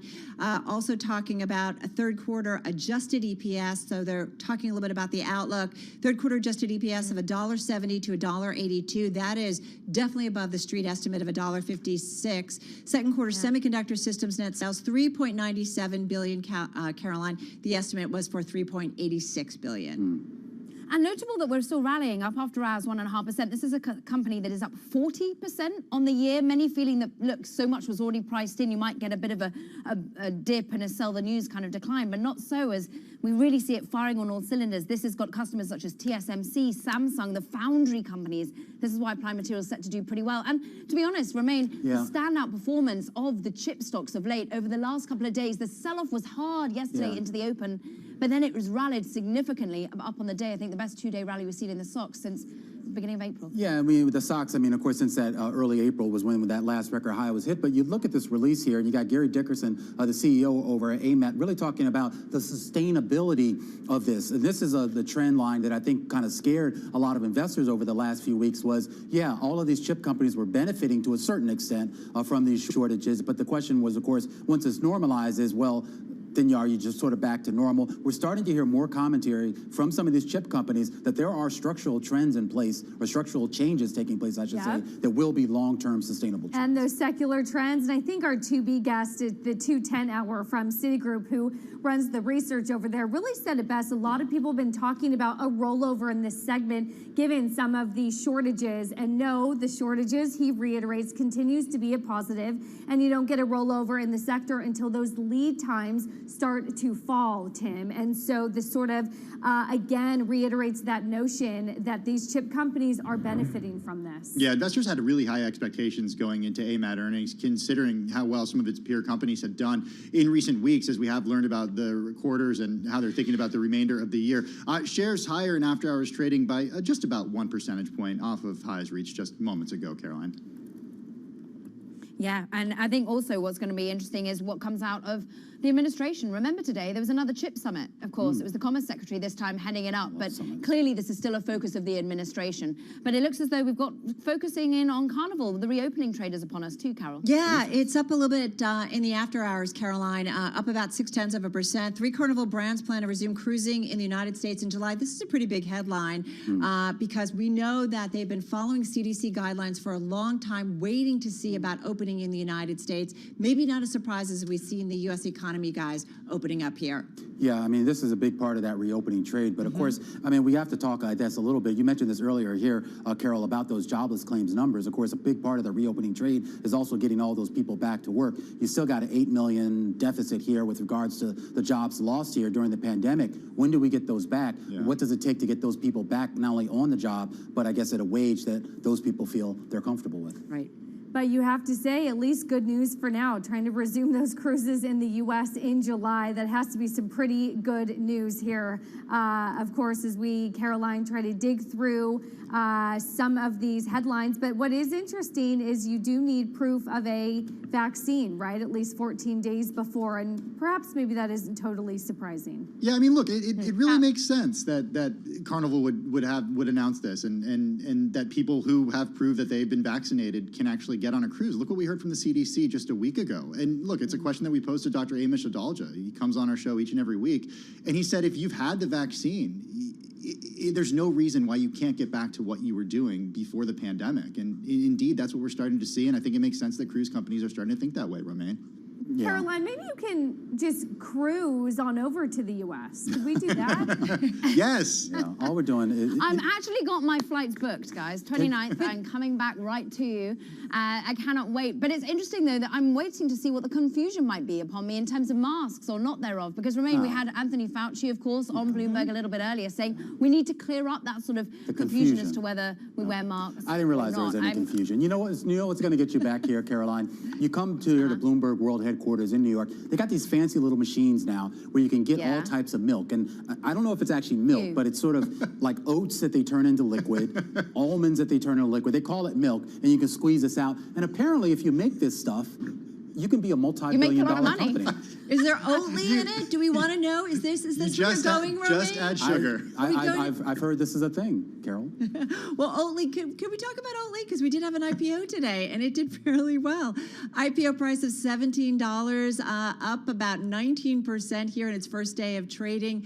This is a company that's got some pretty impressive and celebrity backing from Oprah and a few others.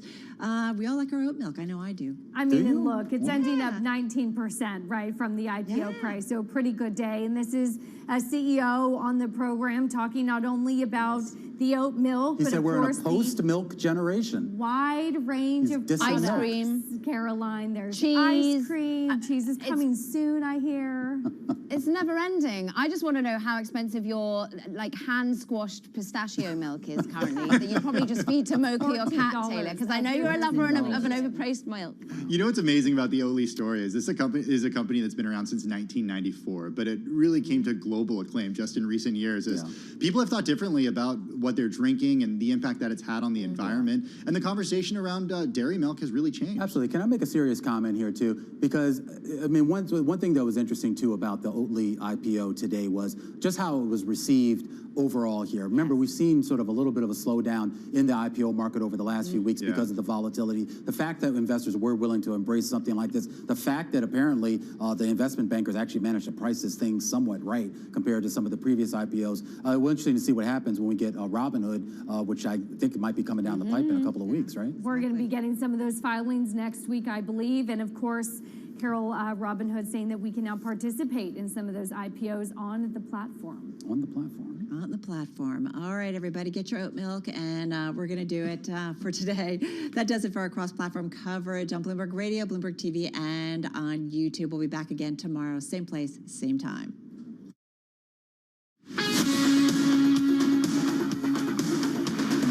You're listening to Bloomberg Business Week with Carol Masser and Bloomberg Quick Takes Tim Stenovic on Bloomberg Radio. All right. Get your oat milk. Get on the cruise ship. Get on the cruise ship. Hey, listen, that's a big... It's a really big It's deal. up about 0.6%, but listen, they've been waiting to open up. The U.S. market's an important one for them. Like I said, it makes sense if what the CDC said about given what the CDC has said about the vaccines, right? Yeah, exactly. And they've been having to kind of abide by CDC recommendations all along this process, so they've been waiting for an update. So this is a big one. And having to say that you've got to have a vaccine, that's important. I know people have the pent-up demand for it, too. Yeah, exactly. All right, you have a good night. Thank you. You too. I'll see you tomorrow, and it will be Friday. A special programming note, if you're listening in New York, Boston, Washington, D.C., or San Francisco, we're going to take you to the Kiawah Island in South Carolina, home of this year's PGA Championship. Bloomberg Radio will bring you play-by-play today and all weekend long. We're going to now join coverage already in progress. You're listening to Bloomberg Radio. In the meantime, let's get a check of world and national news. Nancy Lyons in our 991 newsroom in the nation's capital. Hey, Nance. Hey, Carol. Israel is backing down from its 11-day military operation against Hamas militants in the Gaza Strip. Prime Minister Benjamin Netanyahu's office has just announced a ceasefire. The statement says the Israeli Security Cabinet has unilaterally approved an Egyptian-mediated proposal. The two sides were still negotiating exactly when the ceasefire will take effect. Multiple reports, though, say it could go into effect within hours. President Biden says he is proud that Congress has come together on a bill that gives the Justice Department additional tools to combat hate crimes against any and all minorities. Bloomberg's Irv Chapman has more on today's bill signing. The President addressed the bill's sponsors from both parties who are outraged by escalating attacks, most recently against Asian Americans. Too many Asian Americans have been waking up each morning this past year genuinely fearing for their safety. You've taken that first step, standing together against hate, against racism, the ugly poison that has long haunted and plagued our nation. The President invited the families of the woman killed when a racist drove his car into a crowd in Charlottesville and a Muslim young man shot by a neighbor. In Washington, Irv Chapman, Bloomberg Radio. The Department of Homeland Security plans to ramp up social media tracking as part of an enhanced focus on domestic violent extremism. At the PGA Championship, there is a 5-way tie for the lead in round 1. You can follow full play-by-play coverage starting at 4:15 Wall Street time on Bloomberg Radio. Global news 24 hours a day on air and on Bloomberg Quick Take.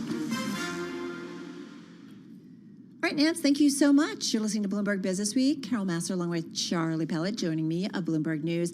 I have been, every time I drive down or up the West Side Highway, Charlie, have been waiting for this little island to open in Manhattan. Indeed, and I think we have to explain for our listeners beyond New York City. Just imagine the Hudson River. We all know the skyline, but here you've got what is described as a cluster of giant white flower buds sprouting from the Hudson River. Those are the words of our writer James Tarmy, who put together this story. It is a 2.4-acre park conceived and mostly paid for by billionaire Barry Diller through his Diller von Furstenberg Family Foundation.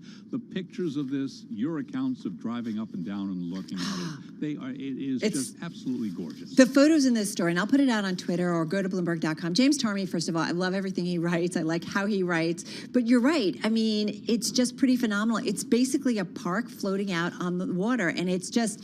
They've created hills and mountains, kind of. It's really dramatic. It's going to open to the public on tomorrow, and visitors can enter from 6 a.m. to 1 a.m. year-round via 2 boardwalk-sized bridges that connect the structure to the Hudson River Greenway and roughly correspond to 14th and 13th Streets. So in case you're looking for an entry point, the most dramatic approach is from the southern entrance through an arch covered in plants and trees. This is why you like New York, whether it's the High Line, whether it's something like this, you walk around, or whether it's Central Park, you just never know what you're going to see. Oh, this is why I love New York. I know. Yeah, That's why you're moving to the Queens, right? Well, it's still New York. It is very much New York. But listen, the other thing is I just wanted to mention the website here. littleisland.org is where you go. Time tickets for the time being.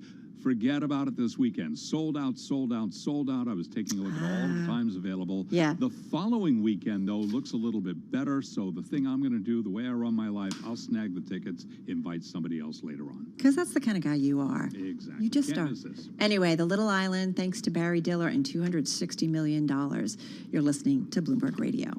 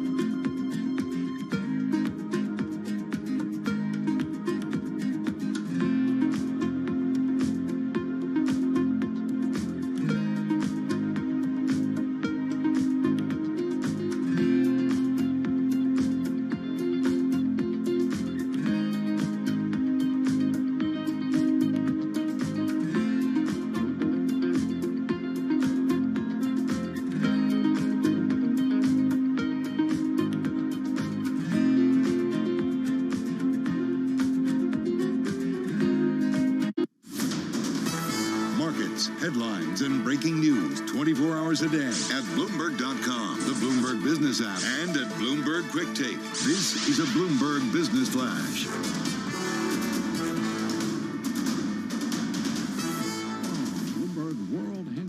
I'm Charlie Pellet. It was an update on Wall Street today with the Dow, the S&P, NASDAQ all advancing. Tech companies leading a rebound in U.S. equities after a report showing applications for state unemployment insurance fell last week to a fresh pandemic low, rekindled optimism in the economic recovery.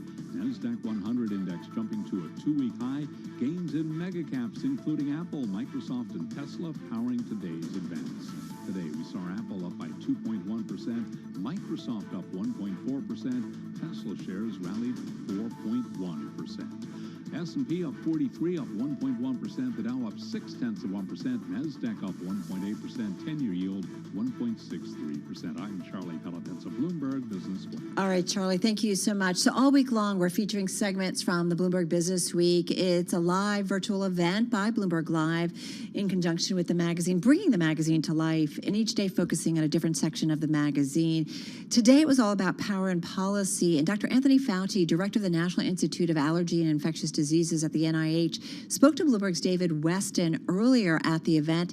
And in this excerpt, Dr. Fauci talks about the confusion over whether people should continue to wear masks.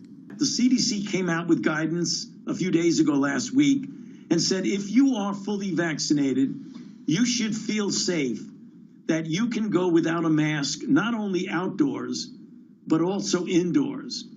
That was directed specifically at people who were fully vaccinated. The problem is, David, that what happened is that people interpreted that that was a signal to say that you don't need masks anymore, which absolutely is not the case, because for people who are not vaccinated and still vulnerable and susceptible to infection, that you still have to follow the CDC guidelines that have not at all changed for that group. And that's where the confusion is. It applies only to people who are fully vaccinated. So, Doctor, clearly it applies only to those fully vaccinated, and those of us who are fully vaccinated feel privileged to have that. But we don't know who's fully vaccinated. So if I'm running a business, whether it's a small retail store or it's a huge company, I don't necessarily know who's vaccinated and who's not. How do I figure out which is which? Well, David, you just hit the nail right on the head of what the issue is. Since we are not centrally requiring proof of vaccinations, namely from the federal government on down, you gave an example which is a perfect example of what we're facing. So let's say I'm an owner of an establishment, whatever that establishment is, and I am aware of the CDC guidelines saying that if people who are vaccinated can feel safe outdoors and indoors without a mask, what I don't know is coming into my establishment who's vaccinated and who's not, which means you don't know who's infected and who's not, and what the risk of transmitting an infection within my establishment. And it's for that reason why there are some establishment owners and people responsible for the establishment who are saying, full understanding the CDC guidelines, if you want to come into my establishment, you have to wear a mask. And that's where some of the confusion is, David, because you're saying, wait a minute, the CDC is saying that if you're vaccinated, you don't have to wear a mask. And now you're telling me I have to wear a mask if I come into your... That's something that needs to be cleared up for sure. But what we are going to see, and we're seeing it already, is that there are organizations, particularly universities and colleges, who are saying, notwithstanding what the federal government is requiring, if you want to come into campus and be in-person learning, you're going to have to show proof of vaccination. Cruise ships will likely be doing that. Airlines will likely be doing that. So you're going to have at the local independent level things that the federal government is not going to be mandating. Dr. Fauci, even if I'm fully vaccinated, should I be concerned about wearing a mask because I might be worried about transmitting it to someone else? Even if I might not get sick myself, what do we know about the risk of transmission of those who are fully vaccinated? That's a great question, David, and that was one of the three things that the CDC considered when they made the recommendation. They were reluctant early on for the simple reason of what you brought as an example, because we knew that the original trials of the vaccine showed they were very efficacious in preventing clinically recognizable disease. Weren't quite sure how effective they were in preventing asymptomatic disease. And if a person gets asymptomatically infected, what is the chance of their transmitting it to someone else? And for that reason, the CDC guideline was, even if you are vaccinated, you should be wearing a mask, particularly indoors, because we don't know what the risk. What's happened since then is that a number of studies have come out which have shown that the vaccines are even more effective in the real world than they were in the clinical trials. So that's really good news. But number two, the chances of getting infected in an asymptomatic way are extremely low. And even if you are vaccinated and have a breakthrough infection, the level of virus in your nasopharynx is much, much lower than the level that you would have if you were not vaccinated, diminishing even more the likelihood that you were going to inadvertently and innocently infect someone else. And that was one of the reasons why they came around and made a change in the guidelines. And that was Dr. Anthony Fauci, director of the National Institute of Allergy and Infectious Diseases at the NIH, speaking to Bloomberg's David Weston earlier today at the Bloomberg Live, the Bloomberg Business Week event. And you can see more of that interview and others from the Business Week event by signing up and checking it out at BloombergLive.com.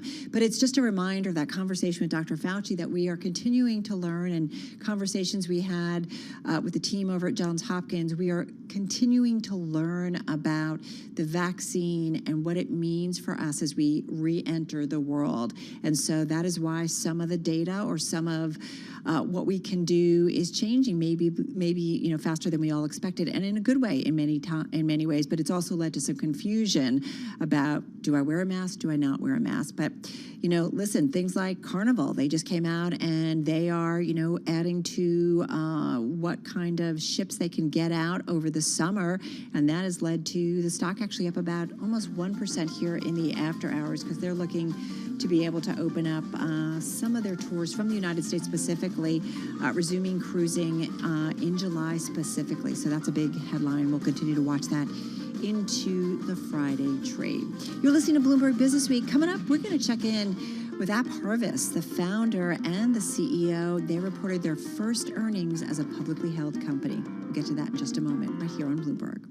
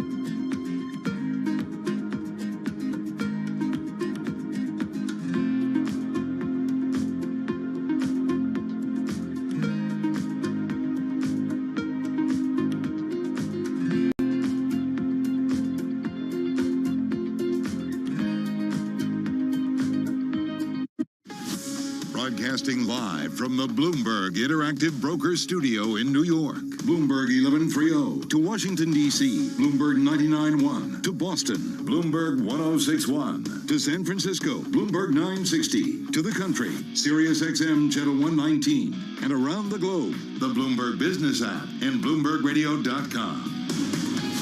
This is Bloomberg Business Week. You are listening to Bloomberg Business Week, and coming up, we're going to check in with AppHarvest CEO and founder Jonathan Webb. They reported their first earnings as a publicly held company, so we'll dig into that, also the outlook and how the company is doing. So we'll get to that in just a moment. First up, though, back to Charlie Pellet with a check on some of the day's news, some of that after the close news as well. Indeed, let us begin with Applied Materials. It delivered a bullish forecast for the current quarter, boosted by orders from chip makers rushing to add to capacity to meet a flood of demand for their products. After hours on Applied Materials, shares are trading now up by just about 0.7%. Also reporting after the closing bell today, Palo Alto Networks, it sees fourth quarter adjusted EPS in the range of $1.42 to $1.44. Estimates there have been for $1.43. Right now, looking at shares of Palo Alto Networks, they're up by just about 5.7%. It was an up day on Wall Street with the Dow, the S&P, and NASDAQ all advancing. Technology shares leading today's equity rebound. Today we had the S&P 500 index up 43, up 1.1%. NASDAQ up 236. That was a gain of about 1.8%. NASDAQ 100 index up today by just about 1.9%. The Dow up 188 points, up by 1.6%. And again, we had the S&P up by 1.1%. 10-year yield 1.62%. Gold up 4.10 to 18.77 the ounce. West Texas Intermediate crude down 2.1%, 62.07 a barrel. Well, as for what's driving sentiment, Margie Patel is Senior Portfolio Manager at Wells Fargo Asset Management. She was our guest right here on Bloomberg Business Week. Well, I think what the market is looking at most of all is the Fed's policy on interest rates. That's what's really, I think, relief that from the Fed minutes that the Fed is nowhere near thinking about raising rates because of inflation helped to drive the tech sector, which was oversold anyway. Oatly Group, that's the vegan food and drink maker, jumped in its trading debut today after pricing its initial public offering at the top of the marketed range. Today we had Oatly shares up 19% in their first day up. Again, recapping stocks higher, S&P up 1.1%. I'm Charlie Pellet. That is a Bloomberg Business Flash. All right, Charlie, thank you so much. So the ag tech company AppHarvest reported its first quarter as a publicly traded company after going public via a SPAC back in February. First quarter net sales matching guidance as the company reiterated its revenue outlook for the year. Let's talk about the quarter, the outlook for this certified B Corp business. AppHarvest CEO and founder Jonathan Webb on the phone with us from Kentucky. Jonathan, how are you? Doing well. Thank you for having me. Well, talk to us about the business and how things are going. Going well, considering we're on the tail end of a global pandemic, but couldn't be more proud of our team here in Kentucky, where our first facility is 2.8 million square feet.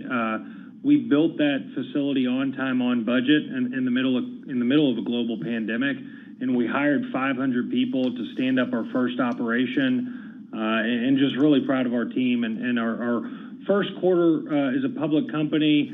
It was about letting investors know that we're here to deliver on our promises and we're showing that we're hitting the targets that we're putting out in front of investors. Well, I got to say, investors seem to be happy since you guys put it out. Looks like the stock is up more than 20% easily. So tell us about the business and what you're seeing in terms of the kind of growth that's out there and what you are doing to meet all the demand that's out there. Yeah, so at AppHarvest, we're building some of the world's largest controlled environment agriculture facilities, and we're focused on fruit and vegetable production. First crops we're growing are tomatoes. By Q4 next year, 2022, we'll be growing berries, leafy greens, and vine crops. But the thesis is we have to bring outdoor open field production into controlled environments, and we're targeting bringing a lot of the production that's been pushed down to Mexico bringing that production back to the U.S. So using 90% less water, getting 30 times yield per acre, and getting the harsh chemical pesticides out. On the demand side, we really cannot build and grow fast enough to meet that demand. The grocers know it. The consumers are demanding it. And we're really proud to be at some of the largest retail outlets just in our first few months of growing. You can find us at Kroger. We're now at Wendy's and Publix, and many of the top 25 grocers are taking our product. You guys really play into this whole concept of kind of locally farming and then serving the community. That's a big part of what you're doing. Yeah, we're one of 4 public benefit corporations that's a B Corp. And what that means is we have high environmental social governance standards. And, part of what we're doing is using technology to grow fruits and vegetables that use far less resources. But the way we're doing it and who we're doing it with is something I'm incredibly proud of. Every employee at AppHarvest makes a living wage. Every employee at AppHarvest has full health care and benefits for their family. If we want to come out of COVID and say, essential workers are important, well, then every person in food and agriculture should make a living wage and get full benefits. Also, every employee at AppHarvest has ownership in the company. I was told that this was a pretty radical idea in food and agriculture, and the ROI on that investment has been what's radical. We've had nearly 10,000 people apply to work at our company in the middle of COVID. Wow. And when you see the labor shortages around the country, we're the polar opposite. We can't go through the applications fast enough. People want to work here, and part of that is showing, yes, we spend a little money on investing in our employees, but treating our employees with dignity and respect has been an incredible ROI on production and productivity here inside the company. So tell me, you say you provide a living wage. So what are your workers, I guess on average, I don't know what that always means on average, but what are they making? Yeah, so we have a really wide range of skill sets here at the company. So we have engineers and computer scientists working on the robotics and AI, and we have plant scientists all the way down to our cleaning folks and janitorial staff and all the way up to crop care specialists. But there's a standard living wage in the U.S. and for us, entry level, even off the street, $13 an hour, full benefits. With hitting production targets gets people up to $18 or $20 an hour. Wow. So we're in where we're at is really coal country, where if you look at most of the coal mines in the U.S. that shut down, a vast majority of those were in eastern Kentucky and West Virginia. So here we're far above the current wage that's out and 40% above what's already out on the street around us. So we're trying to tell people if they come to work and show up every day, we'll do our best to take care of them if they're coming to work and take care of what we're doing here day to day. Hey, listen, sit tight, and we're going to come back and talk some more. We're going to come back to AppHarvest CEO and founder Jonathan Webb joining us on the phone from Kentucky. In the meantime, back to World and National News and Nancy Lyons in D.C. Hey, Nan. Hey, Carol. Israel has announced a ceasefire in the bruising 11-day war against Hamas militants that caused widespread destruction in the Gaza Strip and brought life in much of Israel to a standstill. Prime Minister Benjamin Netanyahu's office announced the ceasefire after a meeting of his security cabinet, which unanimously accepted an Egyptian proposal. President Biden says he is proud to see Congress come together to address the sharp rise in crimes and racist incidents against Asian Americans. He signed a bipartisan bill this afternoon that speeds up review of hate crimes and improves methods to report them. He offered a message to those who've been a victim. My message to all of those who are hurting is we see you. And the Congress has said, we see you. And we are committed to stop the hatred and the bias. Biden says it's important the country stand for core values.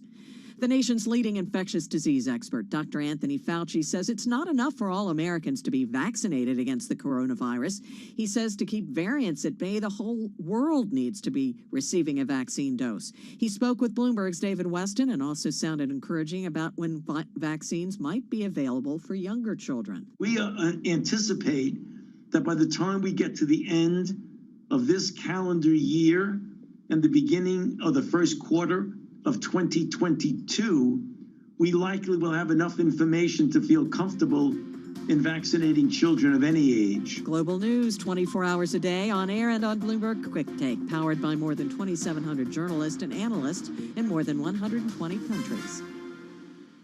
All right, Nance, thank you so much. Carol Massar joining me once again is Charlie Pellet. Charlie, a couple out of favor amid the pandemic and money moving into industrial properties. In particular, we're talking about logistics. Indeed, and Manhattan may have lost its crown, but I got to tell you, 30 minutes ago, we were talking about all the reasons to love New York, New York. We were talking about that little island. I scored tickets. You did! You can't get them for this weekend, but just for 7 days. How much I like you. You know, and I've only got a family of 3, but I'll cross that bridge when I come to it because you got to cross a bridge to get to Little Island. Yeah. Anyway, we're talking real estate here. We're talking about Manhattan losing its crown. Number 1, Seattle, according to our John Gittleson, $2.5 billion in foreign investment, but that is down through March to about $2 billion. That's according to Real Capital Analytics. That came as cross-border investors poured $10.6 billion into U.S. warehouse and logistics properties. That is a 39% increase, and the first time they outpaced international spending on office buildings. So, you know, we like to watch those foreign investment flow, especially when it comes to real estate. Another story by our Prashant Gopal and Jordan Yadu. Across the U.S., house prices are skyrocketing. Bidding wars are the norm, and supply is scarcer than ever. Housing is so hot that U.S. builders have to stop taking orders. Unbelievable. Yeah. We've got construction costs climbing so quickly. Overwhelmed builders are suppressing orders, shifting away from fixed prices. That includes companies such as D.R. Horton and Lennar. They're experimenting with blind auctions in areas such as Texas, Florida, and Southern California. I don't know about you, Carol Massar, 10 seconds or less. What? No way on a blind auction for a home. I don't know, man. That shows you, though, what a tight market. All right, Charlie, thank you so much. Score for you.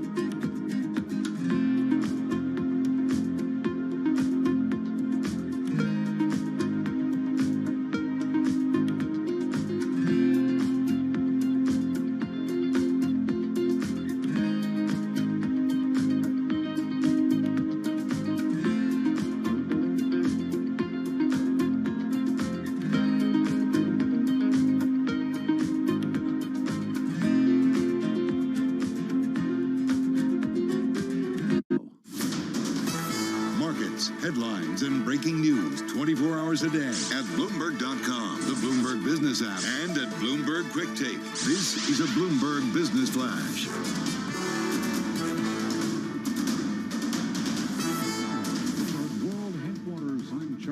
Applied Materials shares just turning negative now after an earlier jump, but they're down now by about 0.2%. Applied Materials did deliver a bullish forecast for the current quarter, boosted by orders from chip makers rushing to add to capacity to meet a flood of demand for their products.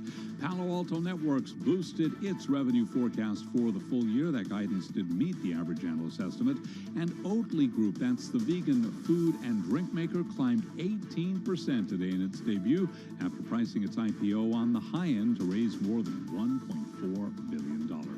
Tech companies led the rebound in equities today after a report showed applications for state unemployment insurance fell last week to a fresh pandemic low that rekindled optimism in the economic recovery. S&P up 43, up 1.1%. The Dow up 188, up 0.6. NASDAQ up 236, up 1.8%. NASDAQ 100 index two-week high up by 1.9%. 10-year yield 1.62%. We've got gold up 0.4, 18.77 the ounce. West Texas Intermediate crude down 2.1%, 62.05 a barrel. I'm Charlie Pellet. That's a Bloomberg Business Flash. All right, Charlie, thanks for the update. I want to get right back to our conversation with AppHarvest CEO and founder Jonathan Webb, still with us on the phone in Kentucky. And Jonathan, you've been talking about the business. So it sounds like there's a lot of demand, and I agree with you that people are looking for food. I know I certainly personally am, in terms of less chemicals, less impact on the environment, healthier ways. I like the idea of kind of more local production. I also like that you guys are doing, impacting people in a tough part of the country and really providing a decent living. How difficult, though, is it to get to profitability? When do you expect to get to profitability? So each facility we've islanded where we've got a P&L for each facility, and as we ranch each facility up, about year and a half, 2 years in, it gets to about steady state, and then each asset is about a 20 to 25 year life of that asset. So each facility we build will be operating 20 to 25 years.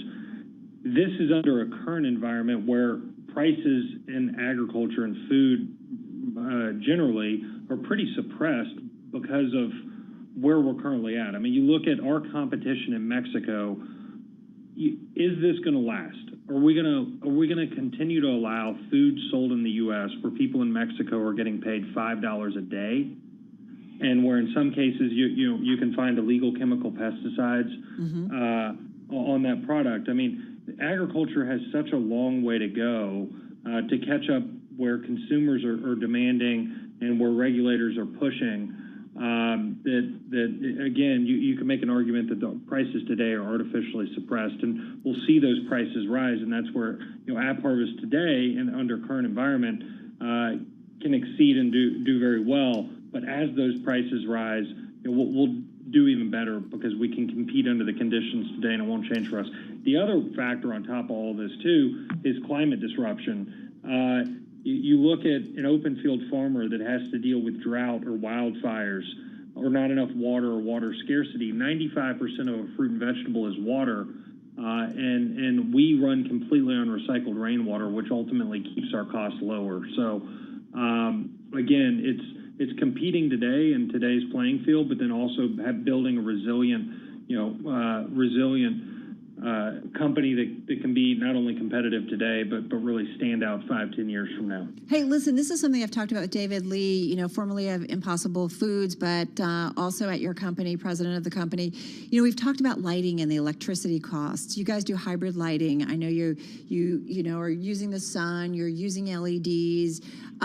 Tell us about that component of the equation and how that is going in terms of cost and impact on the environment. Well, if you look at impact on the environment with agriculture today, you have harsh chemicals that are degrading our waters. Where the UN has predicted we have 60 years left of fertile topsoil. I mean, you talk about a statistic that we don't talk about that's completely jarring. Is 60 years left. I mean, So I'm sitting again in coal country, and you think of agriculture, we're mining nutrients out of the ground and they're not replenishing. We're in a glass facility that allows us to use sunlight first and only add micromole light from the LED that we need to add that the sun's not adding.